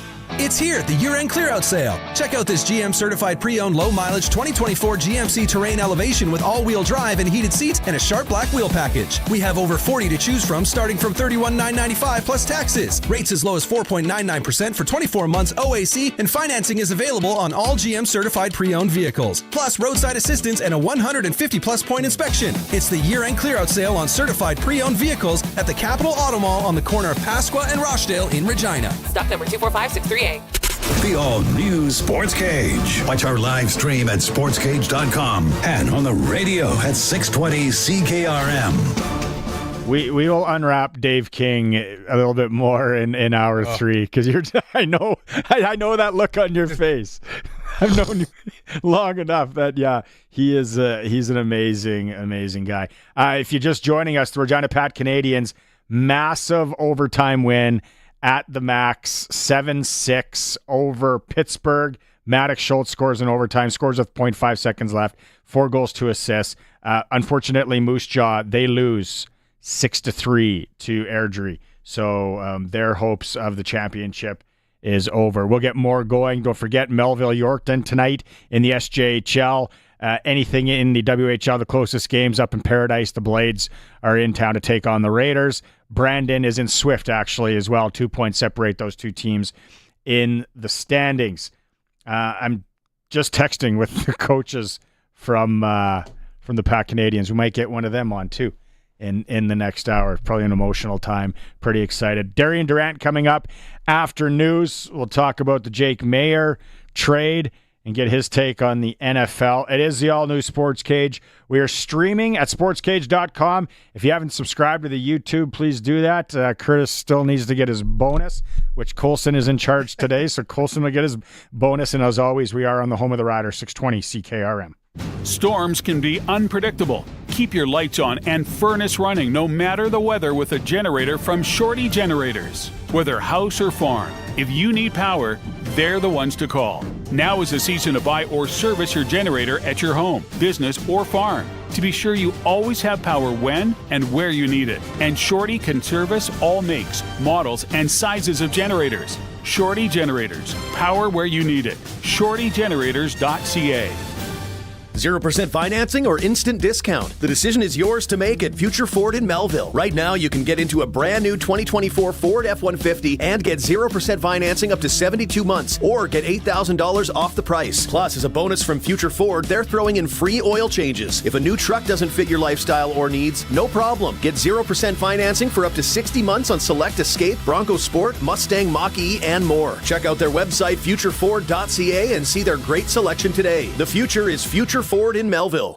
Don't be caught without proper grain storage this fall. Winter is here, and now is the best time to pre-book your new grain bin from Core Grain. Prepare now and ensure your farm is ready for the harvest rush. Lock in your plans and prices today and let them handle the rest. Affordable, efficient, and just what your farm needs. Proudly serving Alberta, Saskatchewan, and Manitoba. Call them now at 866-812-1622 or visit coregrain.ca. Core Grain, doing the right thing for your farm. Right now, get 35% off Crave monthly plans for your first 4 months and start streaming the latest blockbusters like Joker, Folie à Deux. That's what we should be talking about. Based on the best-selling novel, It Ends With Us. Now you see me. Plus the exclusive HBO original, The White Lotus. New season starts February 16th. Catch up now. I feel like I'm in a dream. 35% off monthly plans for your first 4 months. Ends January 6th. Terms apply. Learn more at crave.ca/Boxing Week. Crave. Endlessly entertaining. It's 5 o'clock. Good evening. It's mostly cloudy and it's -6 in Regina. I'm Corey Atkinson from the Harvard Media News Center with 620 CKRM News for Echo Sound in Fort Qu'Appelle. Stay connected with a new cell phone from Echo Sound. Call 306-332-6711. Healthcare and education will continue to be a top priority for the Sask Party government in 2025. After being elected to their 5th consecutive government, the Sask Party has a smaller majority and new faces in cabinet. Premier Scott Moe says his government will continue to implement the policies it ran on in the campaign. In a year-end interview with Sask today, the Premier says those policies may have to be adjusted somewhat. We'll implement our platform. However, we did hear that we needed to go further, in particular when it comes to education and healthcare. And we are very much focused on in those two areas. The Premier is forging ahead with a major piece of policy when it comes to safety. The new Saskatchewan Marshalling Service should be up and running by the summer of 2025. 2 teens have been charged with second-degree murder in the Boxing Day death of a 30-year-old Regina man. Police were called to a home on 8th Avenue and Retallick Street for reports of an injured man. Officers found the victim suffering from stab wounds at the scene, where he later died. The man has been identified as Charles Russell Thompson. Both suspects were arrested on Saturday. The 15-year-olds both appeared in court today. The Atlantic Liberal Caucus is calling for a national caucus meeting early next month so the party's MPs can discuss their next steps. It's part of a growing choir for Prime Minister Justin Trudeau to step down. But regardless of who is Liberal leader, the federal Conservatives plan to get the ball rolling early in the new year on a non-confidence vote aimed at bringing down the government. That motion could be voted on as early as January 30th, and if it passes, it could trigger an immediate election call. And if you're making New Year's resolutions, experts say to keep them small and focused on specific goals. Are you making a New Year's resolution this year? Here are some tips to help make them stick. Psychologists recommend starting small so new changes aren't overwhelming. By breaking a larger goal into smaller steps, the more ambitious goal may seem more achievable. Experts also say that by enlisting family and friends, it can make keeping your resolutions more fun, and it can help you hold yourself accountable.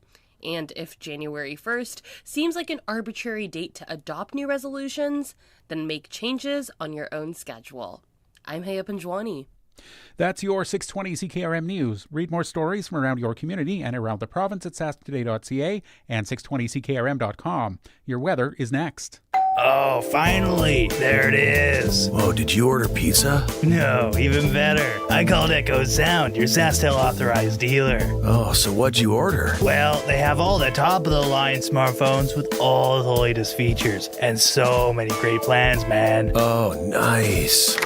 Oh, it is the pizza guy. Hey, guy. Tell him to go away. We're waiting on Echo Sound. Echo Sound, your SaskTel authorized dealer in Fort Qu'Appelle. EchoSound.ca. We'll still take the pizza, though. You know something? It's like selling a six-pack with only 5 beers in it. Wood Country Woody here, reminding you that unlike some other places, Wood Country Garage Packages contains everything you need, right from the start, including appearance-grade lumber, all your nails and screws, and walk-in doors with cladded jambs. Building a garage? It's one and done with Wood Country. Your home is your castle. In McLean, Estevan, and Tisdale. Shop online. wood-country.com. It's 5:04, and I'm Corey Atkinson with your 620 CKRM Precision Weather Forecast, brought to you by Line-X Regina. Serious Protection, Killer Looks, 1865 McCarra Street, and for Croft Electric. 27 years of trusted, reliable home, farm, and commercial service for all electrical needs. CroftElectric.com and all socials. Now, here's Precision Weather meteorologist Phil Spivak. Mostly cloudy sky through the night. We'll continue to see some mainly isolated type flurries or some very light snow. It's not going to amount to much more than a centimeter from what falls through the day to what falls through the night. And some blowing as well as winds continue 20 to 30 kilometers per hour, gusting higher at times. We drop off through the night, taking a sharper drop toward morning to around minus 14, and then hold steady through the morning, midday. May wobble a degree or so, but by later afternoon we start to drop again, down to minus 16, minus 17 days end, minus 20 Tuesday night. Nothing more than some nuisance-type flurries in the air, no significant accumulating snow. Still some blowing snow. Winds very gusty Tuesday afternoon. That'll drop the wind chills into the minus 20s. Minus 20 the low Tuesday night. Stuck at minus 19. May again fall Wednesday. Minus 21 with cloud and sunshine on Thursday. And we're locked into this cold. We'll only get back to minus 23 with cloud and sun Friday. With your 620 CKRM weather forecast, I'm Precision Weather meteorologist Phil Spivak. At this hour in Moose Jaw, it's cloudy. Winds are from the northwest at 32, and it's minus 4. Regina is mostly cloudy. Winds are from the northwest at 32, and it's minus 6. For more local news that matters to you, subscribe to the daily newsletter at sasktoday.ca. When you want the best for your truck, you want Line-X. Your truck has withstood the harshest elements Saskatchewan has thrown at it. Rocks, gravel, rain, sleet, and snow, and left with no chips, no rust. Line-X protective coating keeps your truck's bed liners, rocker panels, and bumpers looking like brand new. Don't settle for Brand X. Go with Line-X. It's serious protection. Come see why everybody loves taking their truck to Line-X Regina for their rocker panels, bumpers, and more. Line-X. Make your truck complete. 1865 McCarra Street.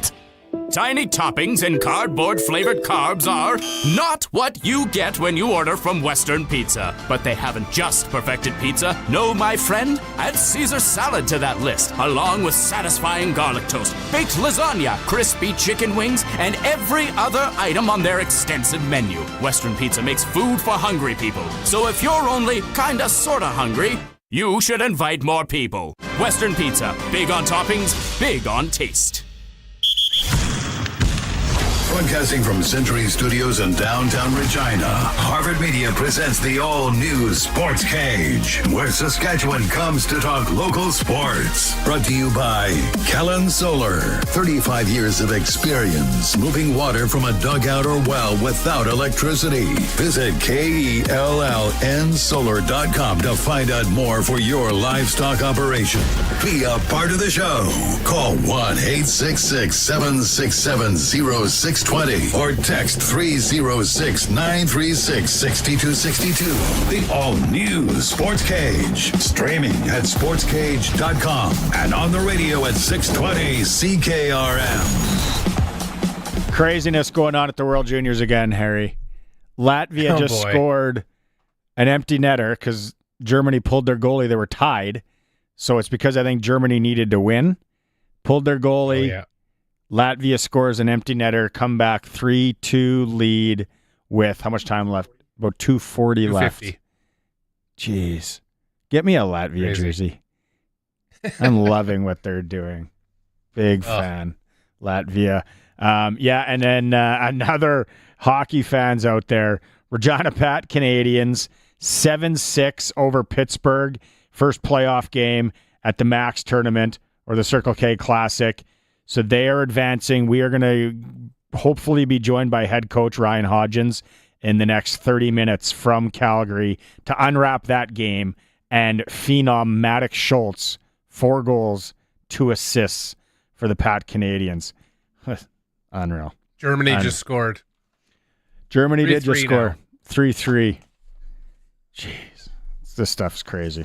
It's like a wild college football game, is what it is. Speaking of college football, let's go out Western Pizza guest hotline. Get yourself a Western Pizza wheel tonight. Just sit back and watch all the excitement on TV and tomorrow as well. Darian Durant joining us. Darian, post-holiday, still in holiday mode. What's going on around the Durant household? Yeah, still in holiday mode because New Year's is coming up, right? So it's not completely over, but it's been good, man. Just seeing the look on the kids' faces when they get new toys and to be able to enjoy, unboxing them with them and just the excitement you see is just priceless, man. You have to have kids to understand, and all the parents out there know exactly what I'm talking about. Just the joy they feel. It's amazing. You know it. What were your initial thoughts when you heard that the Riders traded for Mayer? You know what? I was shocked at first, but then as it settled in on me and I started to think about it, I look at it like this, and I'm not sure that don't take me to the bank with this scenario, but maybe Jeremy sees Trevor maybe only having a year or so left, and you want a guy when Trevor's done. You want to have a guy with some type of experience, a guy that has won some games that he's proven. And, you don't want to go into an uncertain situation, even though we all think that Shea Patterson can and has the potential to be the guy. You just don't know. And you want to have as many good quarterbacks in-house as possible. So I think that bringing Jake over, maybe having him learn from a veteran like Trevor, he's learned from Bo a little bit, but having him sit behind a high-efficiency guy like Trevor to learn the system. And, it gives him a shot for a starting job, in case Trevor leaves after a year. What would be going on right now in this whole kind of negotiation, spot where, nothing in, I guess, for a month from now is when free agency opens, but they have a chance to kind of negotiate with them and get, ink on paper eventually. What would be going on behind the scenes right now from both sides, Darian? I think for Jake, you're looking for the situation where you can play as fast as possible. I mean, look, he's a 2-year starter. I'm sure he doesn't want to go into a situation where he has to sit for long. No competitor does. And, I'm sure Jeremy's just explaining to him what they see as far as the future of Trevor is concerned. If Jake has an opportunity to step in and compete for the starting job after a year. And also Jake wants to know what are their plans with Shea Patterson. I mean, here's a guy that, became a lovable guy from the fan standpoint while he was starting. He won some games and he has the opportunity to potentially be the guy. So Jake wants to know, what are your plans for him? Is he going to get a favorable hand because he's been here? Am I coming to a situation that's worth it for me to sit or re-sign? And it's a lot of things going on right now in negotiations, and it's crazy that this early period that they have where they can talk to guys from other teams and tamper, so to speak. It's interesting, but I'm sure it's a situation that both sides want to be clear about what to look for going forward. Darian, I'm going to give you a scenario. So you obviously have spent 99% of your career as the guy, as the starter. Are you better served having a guy behind you that is serviceable should, God forbid, anything happen to you and it can still help the team? Or are you served better by a guy who could, should you struggle a little bit, possibly push you out of your spot as the number one guy? It depends on where you are in your career, right? If a ring is important to you, and it doesn't matter at this point if you're the guy, and you want to make sure you go off and experience the feeling of being a champion, then you want to have a guy that can come in and win games and could possibly be the guy. But if you're young and you see yourself being a starter for the next 5 to 7 years, there's no way you want the threat of a potential starter behind you. You want a raw rookie or a guy who doesn't have a lot of snaps under his belt and that you don't feel or look at as such a threat. So it just depends on where you are in your career. And when I look at Trevor, I look at a guy that seemingly, just wants to win. Even though he wants to be the guy, I think winning and having a ring of his own is important. But in order for that to happen, you kind of have to have the best of both worlds. You need a guy because it's hard to play every game. So you need a guy with some experience, and, you also need a guy that can come in and win. So you kind of want a mixture of the two. As a quarterback at the professional level in the CFL, for Jake Mayer, as well knowing Mark Mueller, and then vice versa, Mark Mueller knowing Jake Mayer, I don't want to say how important is that because it's obviously important, but then it almost seems like a no-brainer that this is going to get done. For sure. I think so. I mean, when you're a quarterback, you have to look at the type of system of the potential team you're signing with and who their coaches are. And, everyone thinks it's easy for a quarterback to just go in and learn a system, but it's one of the hardest things to do, especially if you're looking for some early success. You want to go into a situation you're familiar with. And so with Coach Mueller being there and Jake having that experience with him, he knows the system. It's the very first system he learned when he came into the CFL. So it's going to be the most familiar with Jake Mayer. And it just seems like the perfect opportunity for him to go in a situation and, have a heads up because he knows the system. If Jeremy has said to him, you know what, Jake, we see a future with you. Trevor's got a year, maybe 2 left. Come in, do your thing, pay your dues, learn a bit, grow. How patient is a young guy going to be with that kind of philosophy? Or is he just going to be, I want to get in there. I don't want to wait. I want to go. I mean, I really think it depends on the situations around the league, right? I mean, there's no need for him to be frustrated in a situation where he has to wait if all the other teams are solidified. I mean, if all the other teams have their guy in place, their guys playing solid football, there's no threat of, him losing his job. I'm speaking on the quarterbacks of other teams, then it's best you sit in a situation where you can be the next man up. That's your best opportunity to play.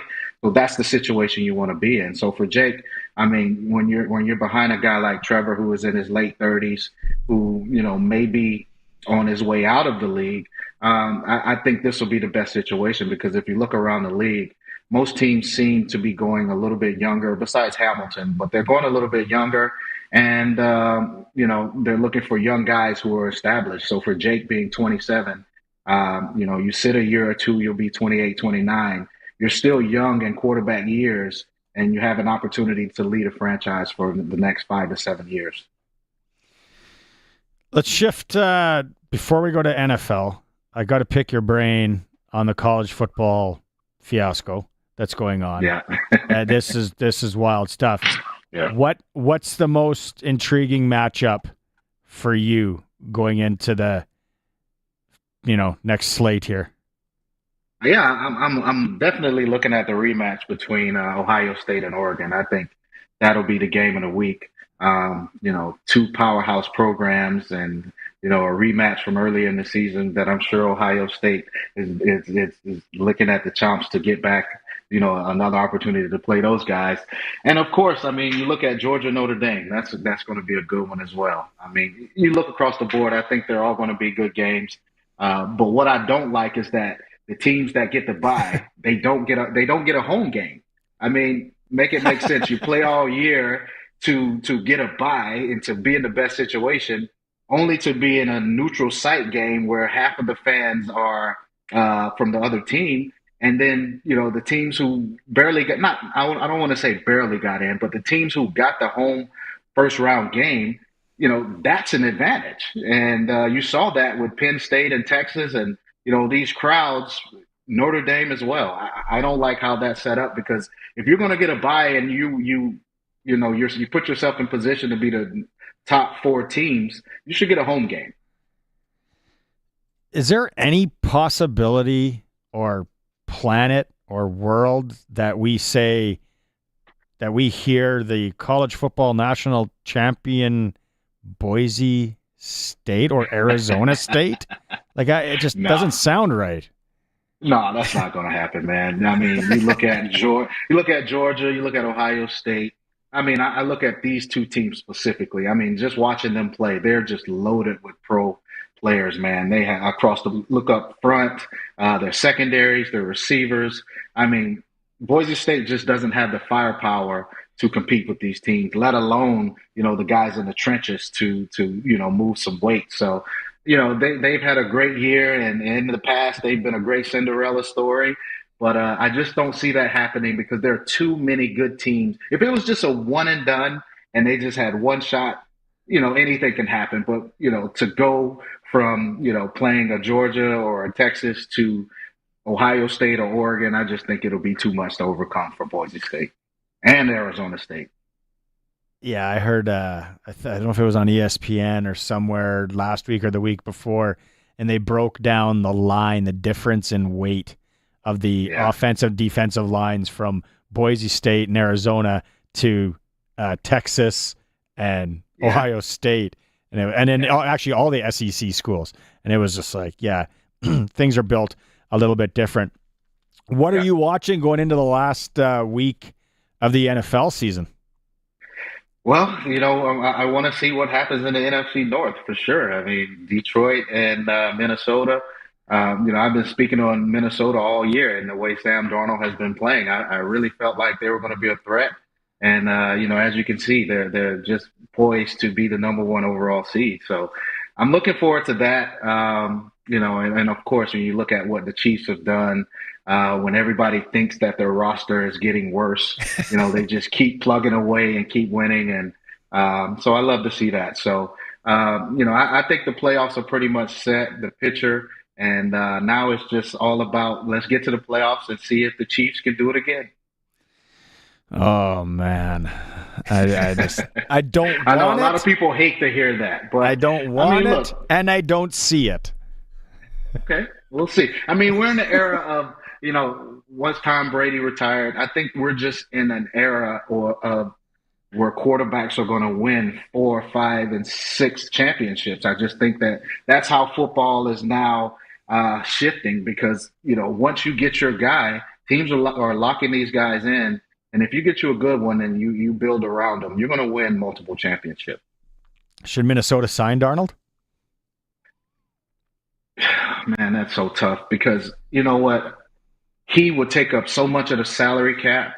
Yeah. And I just don't know how much better he is than J.J. McCarthy. I know he's good and he's seasoned and he's been in some bad situations. But I think when it comes to the salary cap, you have J.J. for the next 3 to 5 years on a very minimum team-friendly deal. You can build around him. And I think if you sign Sam Darnold to $150, $200 million, you'll just hurt yourself when it comes to guys around him.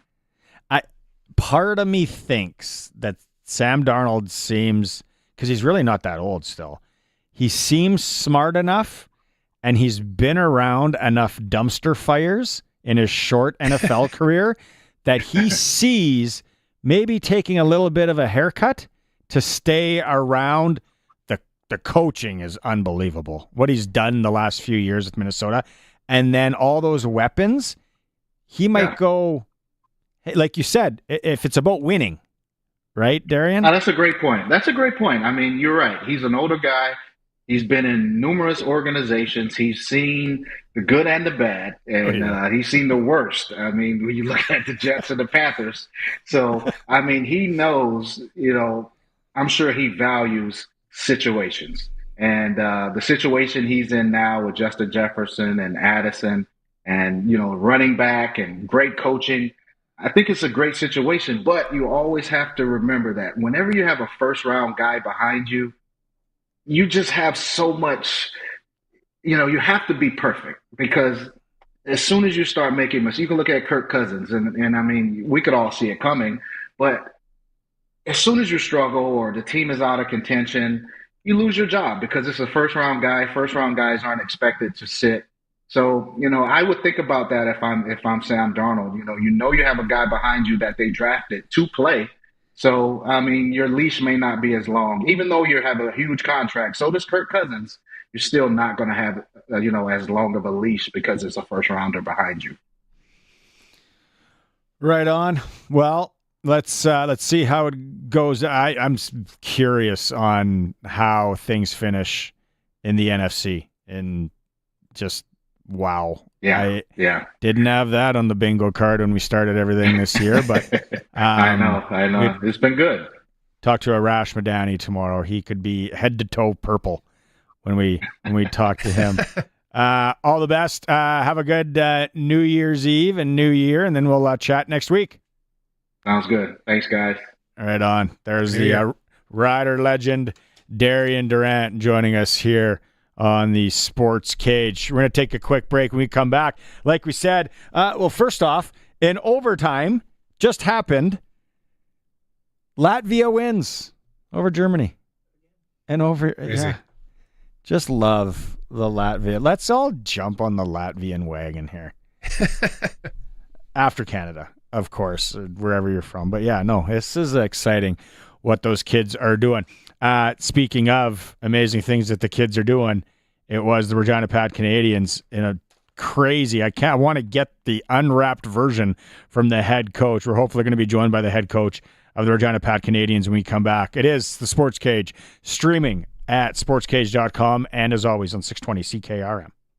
B&A Petroleum is a Southern Saskatchewan family-owned business that's there for you. They've been supporting their clients for over 30 years with locations in several communities throughout the southern part of the province. B&A Petroleum is available for all your bulk fuel and lubricant needs, with propane at selected locations Monday to Friday. And don't forget, their Cardlock location is accessible 24 hours for your convenience. B&A Petroleum. Fuel you once, fuel you forever. We want your business on board for the Harvard Media online auction. It's easy. All you've got to do is provide items like gift cards, experiences, services, or whatever cool product you have. And in exchange, we'll give you a world-class marketing campaign. No entry fee or cash outlay. Just a good old trade deal. That hammer could be coming down for you. Just hit up harvardmedia.com and join in on all the excitement. Terms and conditions apply. Get ready for winter, all winter long, with Bronco Plumbing, Heating, and Cooling. A new Bryant furnace can keep your whole home warm. And right now, you can finance your Bryant furnace with Bronco for a special rate of 4.99%. And don't start paying for 6 months. Plus, don't forget about available rebates on qualifying furnaces. Be ready for winter with Bryant at Bronco Plumbing, Heating, and Cooling. BroncoPlumbing.com. Bronco and Bryant. Whatever it takes. The all-new Sports Cage is live streaming from our Century Studios in downtown Regina. Watch now at sportscage.com. Be part of the show by texting 306-936-6262. 620 CKRM. We're watching the Latvian flag being raised again as they dump Germany, and they're playing the Latvian national anthem at the World Juniors. I bet you when this started, whoever's in charge of music at the World Juniors was like, I don't know. I'll just pay it by song. I'll just pay the $1.29 per song. We're not going to need it. It's twice already. Love it. Look at these kids. They are so excited. Congrats to Latvia. The over-under was probably 0.5 for the Latvian anthem being played. Yeah. Should have hammered that. Twice in this tournament. It's unbelievable. Epic stuff going on. Epic stuff went down in Calgary about an hour ago. Regina Pat Canadians 7-6 overtime win over the Pittsburgh Penguins. Joining us on the Western Pizza guest hotline, probably needs a good Western Pizza and a pint right now after a game like that. Head coach of the Pat Seas, Ryan Hodgie. Hodgie, how do you put into words for people that are listening on the radio and on the stream how crazy of a game this was? Oh man, it was wild. It was something else. That's for sure. 7-6 in overtime. Did you guys trail pretty much the whole game? Yeah, well, at one time, yeah, we were early, and then we tied it up, and then they kind of went ahead. But I think it was the last I kind of remember was 6-3 with about 8 minutes left in the third. We were down 6-3 with 8 minutes left. How did things change there when you're down 3 goals in one of the world-class tournaments against a world-class opponent? Man, we've been around a lot of hockey. That's not easy to do. No, and then things had to align right, and they did. I mean, we're fortunate enough to get on the power play. And we capitalized and we scored early in the power play, so we stayed on the power play. So, I mean, like I said, things aligned right, and things worked out, and then the 3-on-3, man, it was exciting. It went a long time. So what? Sorry, go ahead. How much time was left when you guys tied up the game? I believe it was 0.3 or 0.5 seconds. It was insane. So the boys battled. Harry's with us here, and he's never seen him play, but he said this has to be a coming out party for young Maddox Schultz for people that didn't know who he was there. Well, I think most people there know who he is. I mean, he's talked about for a reason, and he's a special player, as we know. And he was on his game today. Anybody else that stood out for you that we can single out here? Yeah, I mean, there's a few guys, and there's different situations too. The power play for overall, they were sharp today, and they moved pucks and they executed, and the special teams in our penalty kill was good. But during the 3-on-3, there's some role players that did a great job. Cash Lanigan, Reed Bouchard, just a couple of guys winning faceoffs in their own end, 3-on-3. Just good team play by a lot of guys that pitched in, and again, our depth is our strength. We say a lot, and the guys played hard. As a coach, and again, a guy that's been around a lot of hockey, how does this, not only for this tournament, but just kind of galvanize this team for the rest of the year as well, too? Well, we talk about that as identity and team identity, and you can't start the year just say this is our identity. You got to create your identity as the year goes on, and little things and things that happen, wins, losses, ups and downs, and that creates that identity. And this is for sure one that with a team and you're behind, and you battle back and things work out, and yeah, absolutely, it's big for our team to come together with a win today. So do you know who you got? It was between NAX and Edmonton Oilers Blues for who you play. Do you know who you play tomorrow? Yeah, we're just actually, the coaches are sticking around here. We're just watching the game right now. They're 0-0 after one, and it's a pretty close game. So yeah, we play the winner of that tomorrow morning. Right on. Well, I'm sure you coaches deserve a cold one tonight as you get ready for the big one tomorrow, Haji. Congratulations. Super exciting. All right. Thanks, guys. Appreciate it. Right on. Head coach of the Regina Pat Canadians, Ryan Hodgins. Huge win. Maddox Schultz. 4 goals to us. Hold on here for a sec. I'm just going to go get 4 and 2. I don't even know where I should look up where he sits in stats for the tournament. But he said the depth players too. Obviously, it doesn't happen with one guy at that level. And then NAX and so it's Northern Alberta Extreme, and then Edmonton Oilers Blues. Oh, Colson, stats guy, you got something? Yeah. He's tied for first now. So he has 12 points. He is second with goals. Jonah Sievertson, yeah. Yeah. Has 7 goals, 4 assists for 11 points. And then Alex Donovan of Darian, Connecticut, I think that is, has 5 goals, 7 assists in 3 games. Awesome stuff. Oof. Over there. Boys are getting it done. And then there's no more World Junior games today. That was it. World Junior's not going up against Monday Night Football. We got Detroit and San Francisco. I'm just looking if the line, I'm going to cool bet here. San Francisco +4 at home. Somebody talk me through this schedule one. Schedule makers probably thought it was going to have a little bit more cachet when a little more cachet. It's got cachet, baby. It's got cachet up the yin yang. When they made that matchup than what it's turned out to be. Over under 50. What's the forecast like though in the Bay Area? That's always can be a factor on things. Chilly. Yeah. Chilly-ish. He said Detroit's so banged up, but their offense is still really good. They are. And then San Fran last week, which everyone kind of had them for dead, then they looked not bad last week. It's like, who the heck are you really, San Fran? Are you guys done? I don't know if they know. Is this operation done, or are you guys still battling? But I'm definitely going to sprinkle on it, and I'm telling you, boys, I'm hitting the touchdown scorers. My tight ends, they've been coming through. I always play the tight end to get a little Sammy TD. Laporta.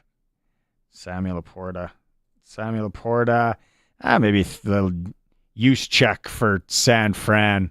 Little 5-cent comment out of the backfield on a swing pass as well. So yeah, Monday nighter, and then Canada US tomorrow. World Juniors is the game that a lot of people are going to be talking. We do clutch performer for next service in Emerald Park. Your local Massey Ferguson, Challenger, Rogator, Gleaner, and Fent dealer. Call 781-1077. We saved it because is there a better clutch performer now than Maddox Schultz? Anybody in the building? Yeah. Whoever won it for Latvia, maybe? Find that guy's name. He had an eye patch on. He got stuck in the eye as well. Mateo or Mateo. He was good against Canada too. Yeah. That didn't look very good. He's out there in an eye patch. So yeah, we can give it to him. But I think if we stay on the local front, we give it to Maddox Schultz from the Regina Pats Canadians with, again, 4 goals and 2 assists in the 7-6 overtime win. Oh, Alan, well, I was gonna speak say, into that bad boy. I was going to say the guy from the Czech, what's the blue country? Slovakia? No. Kazakhstan? Kazakhstan that scored the guy who scored the 2 goals. But, the 2 shorties. I was going to say that guy, but that was a good one. I forget his name. But yeah, he scored 2 shorthanded goals late to tie it up on a 5-minute penalty kill. And then Slovakia, unfortunately, did end up spoiling the party and winning in overtime. Honorary mention, Saquon Barkley, 2,000 yards. Not every day you get the honorary mention with that. Maddox Schultz trumps in on Saquon Barkley. So what? He's got one more game? Yep. They're up against New York, his revenge game. But does it mean anything for them? I don't think so. No. You would be crazy to play him. He's 99 yards away from the record. So that's a tough one. That is a tough one. No. I'd be no. Sorry, Saquon. It's a no from us. You're sitting. Saquon, he's going to say it's the record. I need 99 yards. Can you just pay off the Giants? It doesn't mean anything to them. Hey, boys, let me run a couple big ones here. You guys will have a nice little envelope in your lockers at the end of this game. It means more than wins. It means pride because they traded him or let him walk, whatever it was. No, I understand that. I get all that. But is it Jeffrey Lurie, the owner of the Philadelphia Eagles? He might not let him get out of the hotel on the bus. No. Big picture, fellas. Big picture. Oh, the record, though. I know the odds of winning the Super Bowl would be, we could probably figure that out, what the odds of them winning the Super Bowl.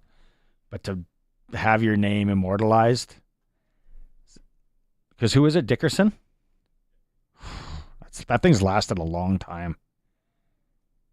Yes. It's been a lot of good running backs that have come early by. 80s. Who's been close recently? Derrick Henry and Adrian Peterson did it. Peterson, that's the one I was thinking of. Yeah. Derrick Henry, too. Baltimore, I don't know. And now that Kansas City has home field, barf. I don't know. Both Buffalo and Baltimore can beat them. They're probably going to end up playing each other, beating the snot out of each other, and then possibly be all banged up. Because I don't know if anyone else, Pittsburgh did kind of not scare me, but I thought, hey, Pittsburgh's got a chance of beating them. And then now they just look like an old washed-up catcher's mitt, crinkly and craggly. So This clock has struck midnight in the city. And then Houston was the other one that for a while there I was like, hey, don't sleep on Houston. And it's like, no, you can sleep on Houston. Yeah, they got embarrassed. San Diego's weird. And they got a weird head coach. But everything revolves around, what's his name? Their rookie receiver. Los Angeles Chargers. McConkey? Yes. Everything revolves around him. Like when he was out, they were talking like they might as well not even play. It's like your team is based around, I know he played, what did he play in Georgia? He's good. But yeah, like without him, Chargers are different. I don't know. There's a lot going on. And I still got my guy I'm in the Survivor with, because we partnered up now. We still have 2 left in like a 200-person Survivor. And it's down to like 20-some people. And we got 2 left. Let's take a break. I'm going to let you know who. I'm going to need your help. I'm going to let you know who I have left and see if you guys can help me. Plus, we'll relive some more World Junior from days gone by. It's the all-new Sportscage, streaming at sportscage.com. The wait is finally over. Year-end clear-out is back at Capital Ford Lincoln. Get savings up to $20,000 on all remaining 2024s like the Ford F-150 or Ford Bronco lineup. Drive away today with $0 down and no payments until next year. Plus, we have a giant selection of pre-owned trucks and SUVs. You're going to find the perfect vehicle for you. It's finally back. Year-end clear-out at Capital Ford. CapitalFordLincoln.com. The team of experienced farmland real estate agents at Shepherd Realty in Regina has just listed for sale 15 quarters of grain land with irrigation near Riverhurst, 4 quarters of grain land near Lee Ross, 3 quarters of grain land near Perry, and 1 quarter of grain land near Pilot Butte. To learn more, see the team at Shepherd Realty. Or if you're considering selling your farm or ranch property, contact Shepherd Realty at 352-1866. shepherdrealty.ca. Holiday savings are on now at the Wireless Age, your SaskTel authorized dealer. Save on your favorite devices, including phones starting at $0. Save on SaskTel wireless plans with special offers for new and upgrading customers and bonus data. And save on accessories and device protection plans. On for a limited time, act fast. Shop in store or beat the line with curbside pickup or free Sask-wide shipping. Get the device you've been waiting for. See thewirelessage.com for details. Your SaskTel authorized dealer. All-new Sports Cage continues. You can watch our live stream at sportscage.com and always on the radio. Saskatchewan's voice for local sports, 620 CKRM. Looking for a place to host your team fundraiser? It should be at the Canadian Brew House. Chance to win $2,500 cash. Tons of options to choose from. The Canadian Brew House can help you raise funds for your crew. Find all the details online at thecanadianbrewhouse.com. Okay, back to my predicament with my Survivor going into the final week of the season, and then it'll continue into the playoffs. I've kind of taken all the dogs, as they say. Who do we got? That's when it bites you. No, and I know I tried to play. Left. I tried to play it smart at the beginning, because I'm looking. And you can buy back in after the first 4 weeks. So my first pick was I was going to buy back in. It was New England. Then somehow they beat Cincinnati.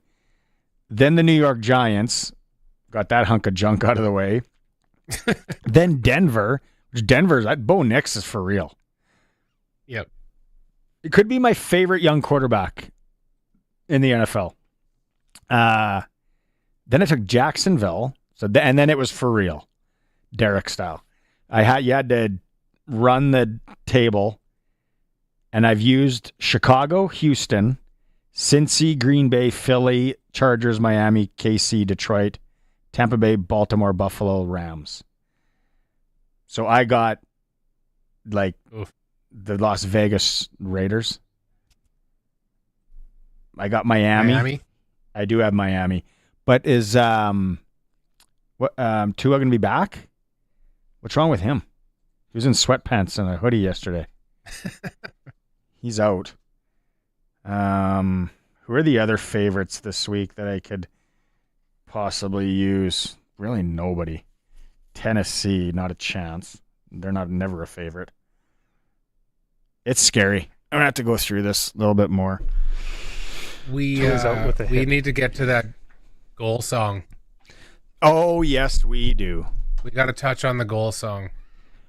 So the way I understand it is they picked a few of them for the World Juniors, and then they let the players vote on those selected songs. Is that what do you know any more about this?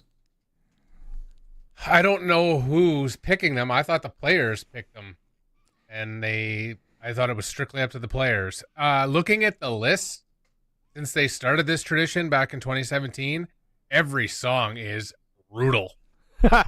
So I don't know. Give it to me. Who you throw them out there? I don't know who these kids. I don't know who these. In 2017, We Dem Boys, Wiz Khalifa. 2018, and then they went back to the well in 2022 again. Hey Baby by DJ Otzi. I hate that song so much. Then 2019, Don't Stop the Party, Pitbull. 2021, Loud by Tim Hicks. 2022, Can't Stop, Red Hot Chili Peppers. 2023, which everybody seems to love because it was in the Maritimes, was Heave Away by the Fables. And then last year, no wonder they lost in the quarterfinals, is they picked Ordinary Day by Great Big Sea. Horrible. These are horrible song selections for a goal song. And then this year, they go way off the charts and pick a 1980s song that none of these kids have. Like, how do these kids even know what this song is? They don't, and it's an Austrian band. What's the name of the band again? Opus. I was going to say Flocko, or no, what's that? What's that? Flock of Seagulls? No. Rammstein? What's the song I'm thinking of? Isn't it Faco? Oh, I'll look it up. Rock Me Amadeus. You're right, yes. Yeah. Rock Me Amadeus. Probably better, actually. I don't understand. I just don't understand why you picked those songs. And yeah, I don't buy the argument that it should be Canadian. That's irrelevant. I do and I don't. I don't know. I went down to the Canadian thing, saying that, especially that it's in Canada, just for options. Like there are 50 Tragically Hip songs you could use. Absolutely. There's so many songs. And the Americans aren't any better. Freebird? Are you kidding me? That one's weird too. It's guitar. It doesn't. Yeah, I don't know. I don't. It's bad. It's not a great choice. You know what? There's a couple of things that bother me, and not to get like be bother guy and rant guy here, because I know people like the program that I'm not that. That's my job. So I hate when NFL or football players in general, it happens in the CFL, where they copy another person's celebration, like the Feed Me thing, which was Ezekiel Elliott. Was not he the first guy to do it? And now when people do it, it's like, dumb you look, that's not your thing. That was his thing. Kind of the Ray Lewis did his dance. So there's that. And then when teams copy other teams' goal songs or win songs, like how many times I've heard Gloria ever since the St. Louis Blues made it big in different levels of hockey as be original. There are so many good songs out. Do you want an anthem song? Message us. We'll find you one. How Do You Do by Roxette. There you go. Right. Put that on the top of your list. The thing that people either don't care or don't get is that Gloria had significance for the Blues. Yes. For your Bantam team, it has no significance other than the fact that an NHL team used it. So you need to find something, if you're going to go that route, that has some sort of significance to you, for you. Or just pick a good banger that is going to get people going. Live is Life. Is that the name of the song? Life is Life. Life is Life? Life is Life. It's a toe tapper, and then someone sent me the Maradona warming up on the field and like the soccer match, and I'm like, okay, well, at least he's on the correct hemisphere as an Austrian band. And I'm like, there are so okay, give me a list of ones that you would pick. You guys can chime in too. Oh. I know. I mean, even the songs they're playing in between whistles last night when I was watching the game, I was thinking, well, that would have been a better goal song. Even something, I'm surprised. I just don't understand how, if the kids are picking it, how it's not something that's a little more contemporary. I think they gave them, the way I understand it, is they gave them like 5 options and they all voted. So it was kind of still arbitrary. Somebody or a group, they said, okay, let these 18 and 19-year-olds, I would have liked to know the other ones that were on there, and I think we can find out. I think it's out there as well. Like, it could have been Falco. Yeah, what was on the cutting room floor? Yes. You know what would be a good one? And again, not because it's Canadian, but they, like you said, they played it last night at a stoppage of play, and it is so good. Might as well go for soda, Kim Mitchell. Right. Sure. You don't like that one, Colson? I don't know it. Come on. If you Broom Bowl makes me thirsty for love. Listen to it on your way home. Even if you wanted to be cliche, you could use Big League. Tom Cochran and Red Rider. Right? My boy's going to play in the Big League. It's the World Junior Tournament. You know, like... Damn, Life is a Highway is better than Life is Life. Yeah. I don't know. I like the song. I just don't like the song as a goal song.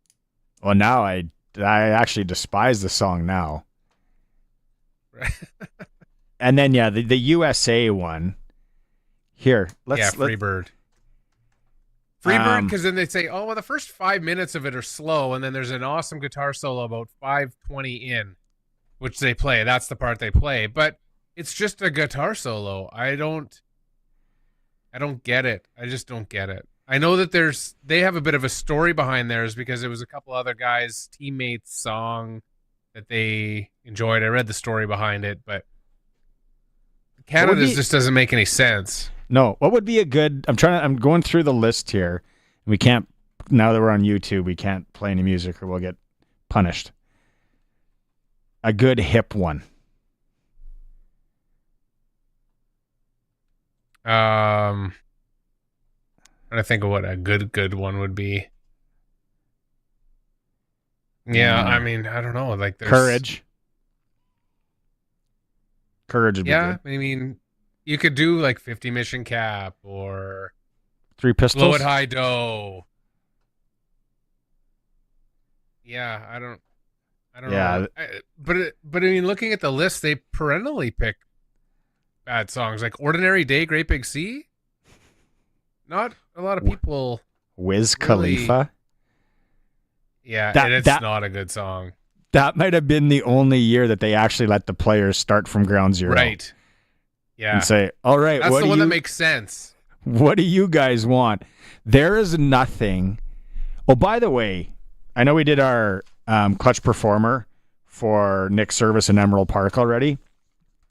Good job to all the kids that were participating at the teams or Sask First U15 tournament in Regina this weekend. Great job. Lots of hockey. Parents loved it. They do a great job at the Cooperator Center. The Hockey Sask guys work around the clock. Tons of volunteers.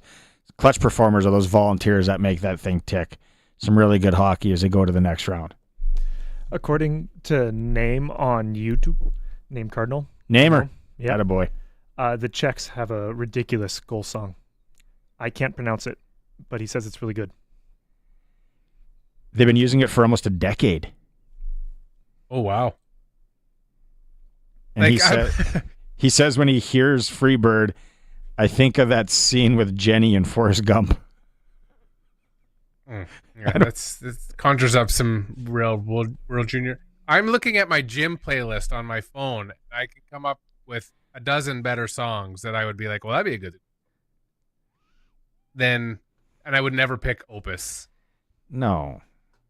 Like, joking aside, but so many. Yeah. I take Snowbird from Anne Murray.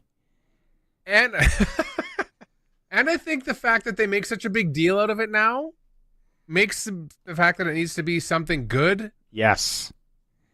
More important. Because it's always like, as soon as they score, it's the first goal of the tournament, they're always like, oh, the mystery's revealed. We know the story. We know the goal song. So if you're hanging your hat on it and you're paying attention to it, make it something good. As a Saskatoon person, and you guys are both too young, as a Saskatoon person, what is the greatest goal song of all time?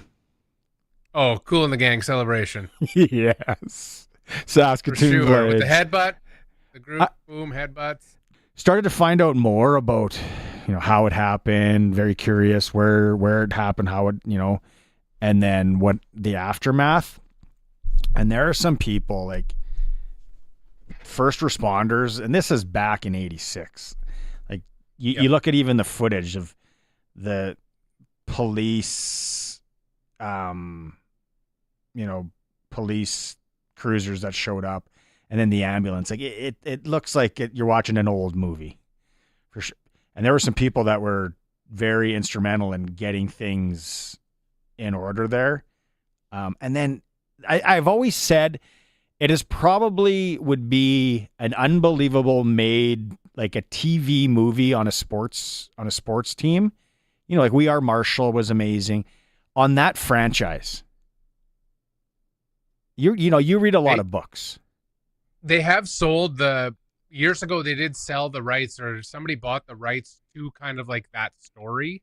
Oh. But I don't think a movie was ever actually made, or a documentary or anything like that. But I know there was talk about that this is years and years ago, but it never came to fruition. Because it was 2 years later that they win the Memorial Cup. Like, it was just baffling. And then you got like Tim Tisdale scores the winner, and he was on that bus. We talked to him in the Monday Nooner when we interviewed him. Like he goes back. Sheldon Kennedy, Kennedy, Lambert, Sakic, not Kennedy, Sakic, was on the bus. Like it was hard to fathom, really. 30. It definitely is. It seems like, that's a long time. Like 50 years is just around the corner. That's half a century. It is a long time ago, but definitely still entrenched in that community. And just before we went on, there was an article by the same guy who wrote that World Junior book, Gare Joyce.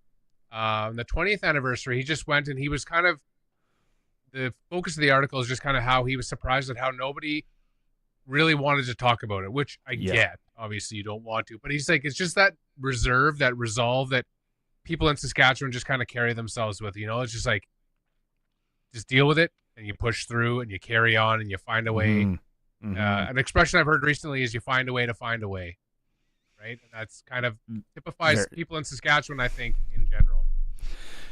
Very true. All right, buddy. This has been fun. 3 hours, just like that. Let's do it again, as they say. And get ready for some Opus tomorrow. Canada, USA, New Year's Eve. Thanks, versus bud. Freebird. For Chris, Colson, Alan, good job. I'm back tomorrow. It's the all new Sports Cage, 3 to 6 on 620 CKRM and streaming at sportscage.com.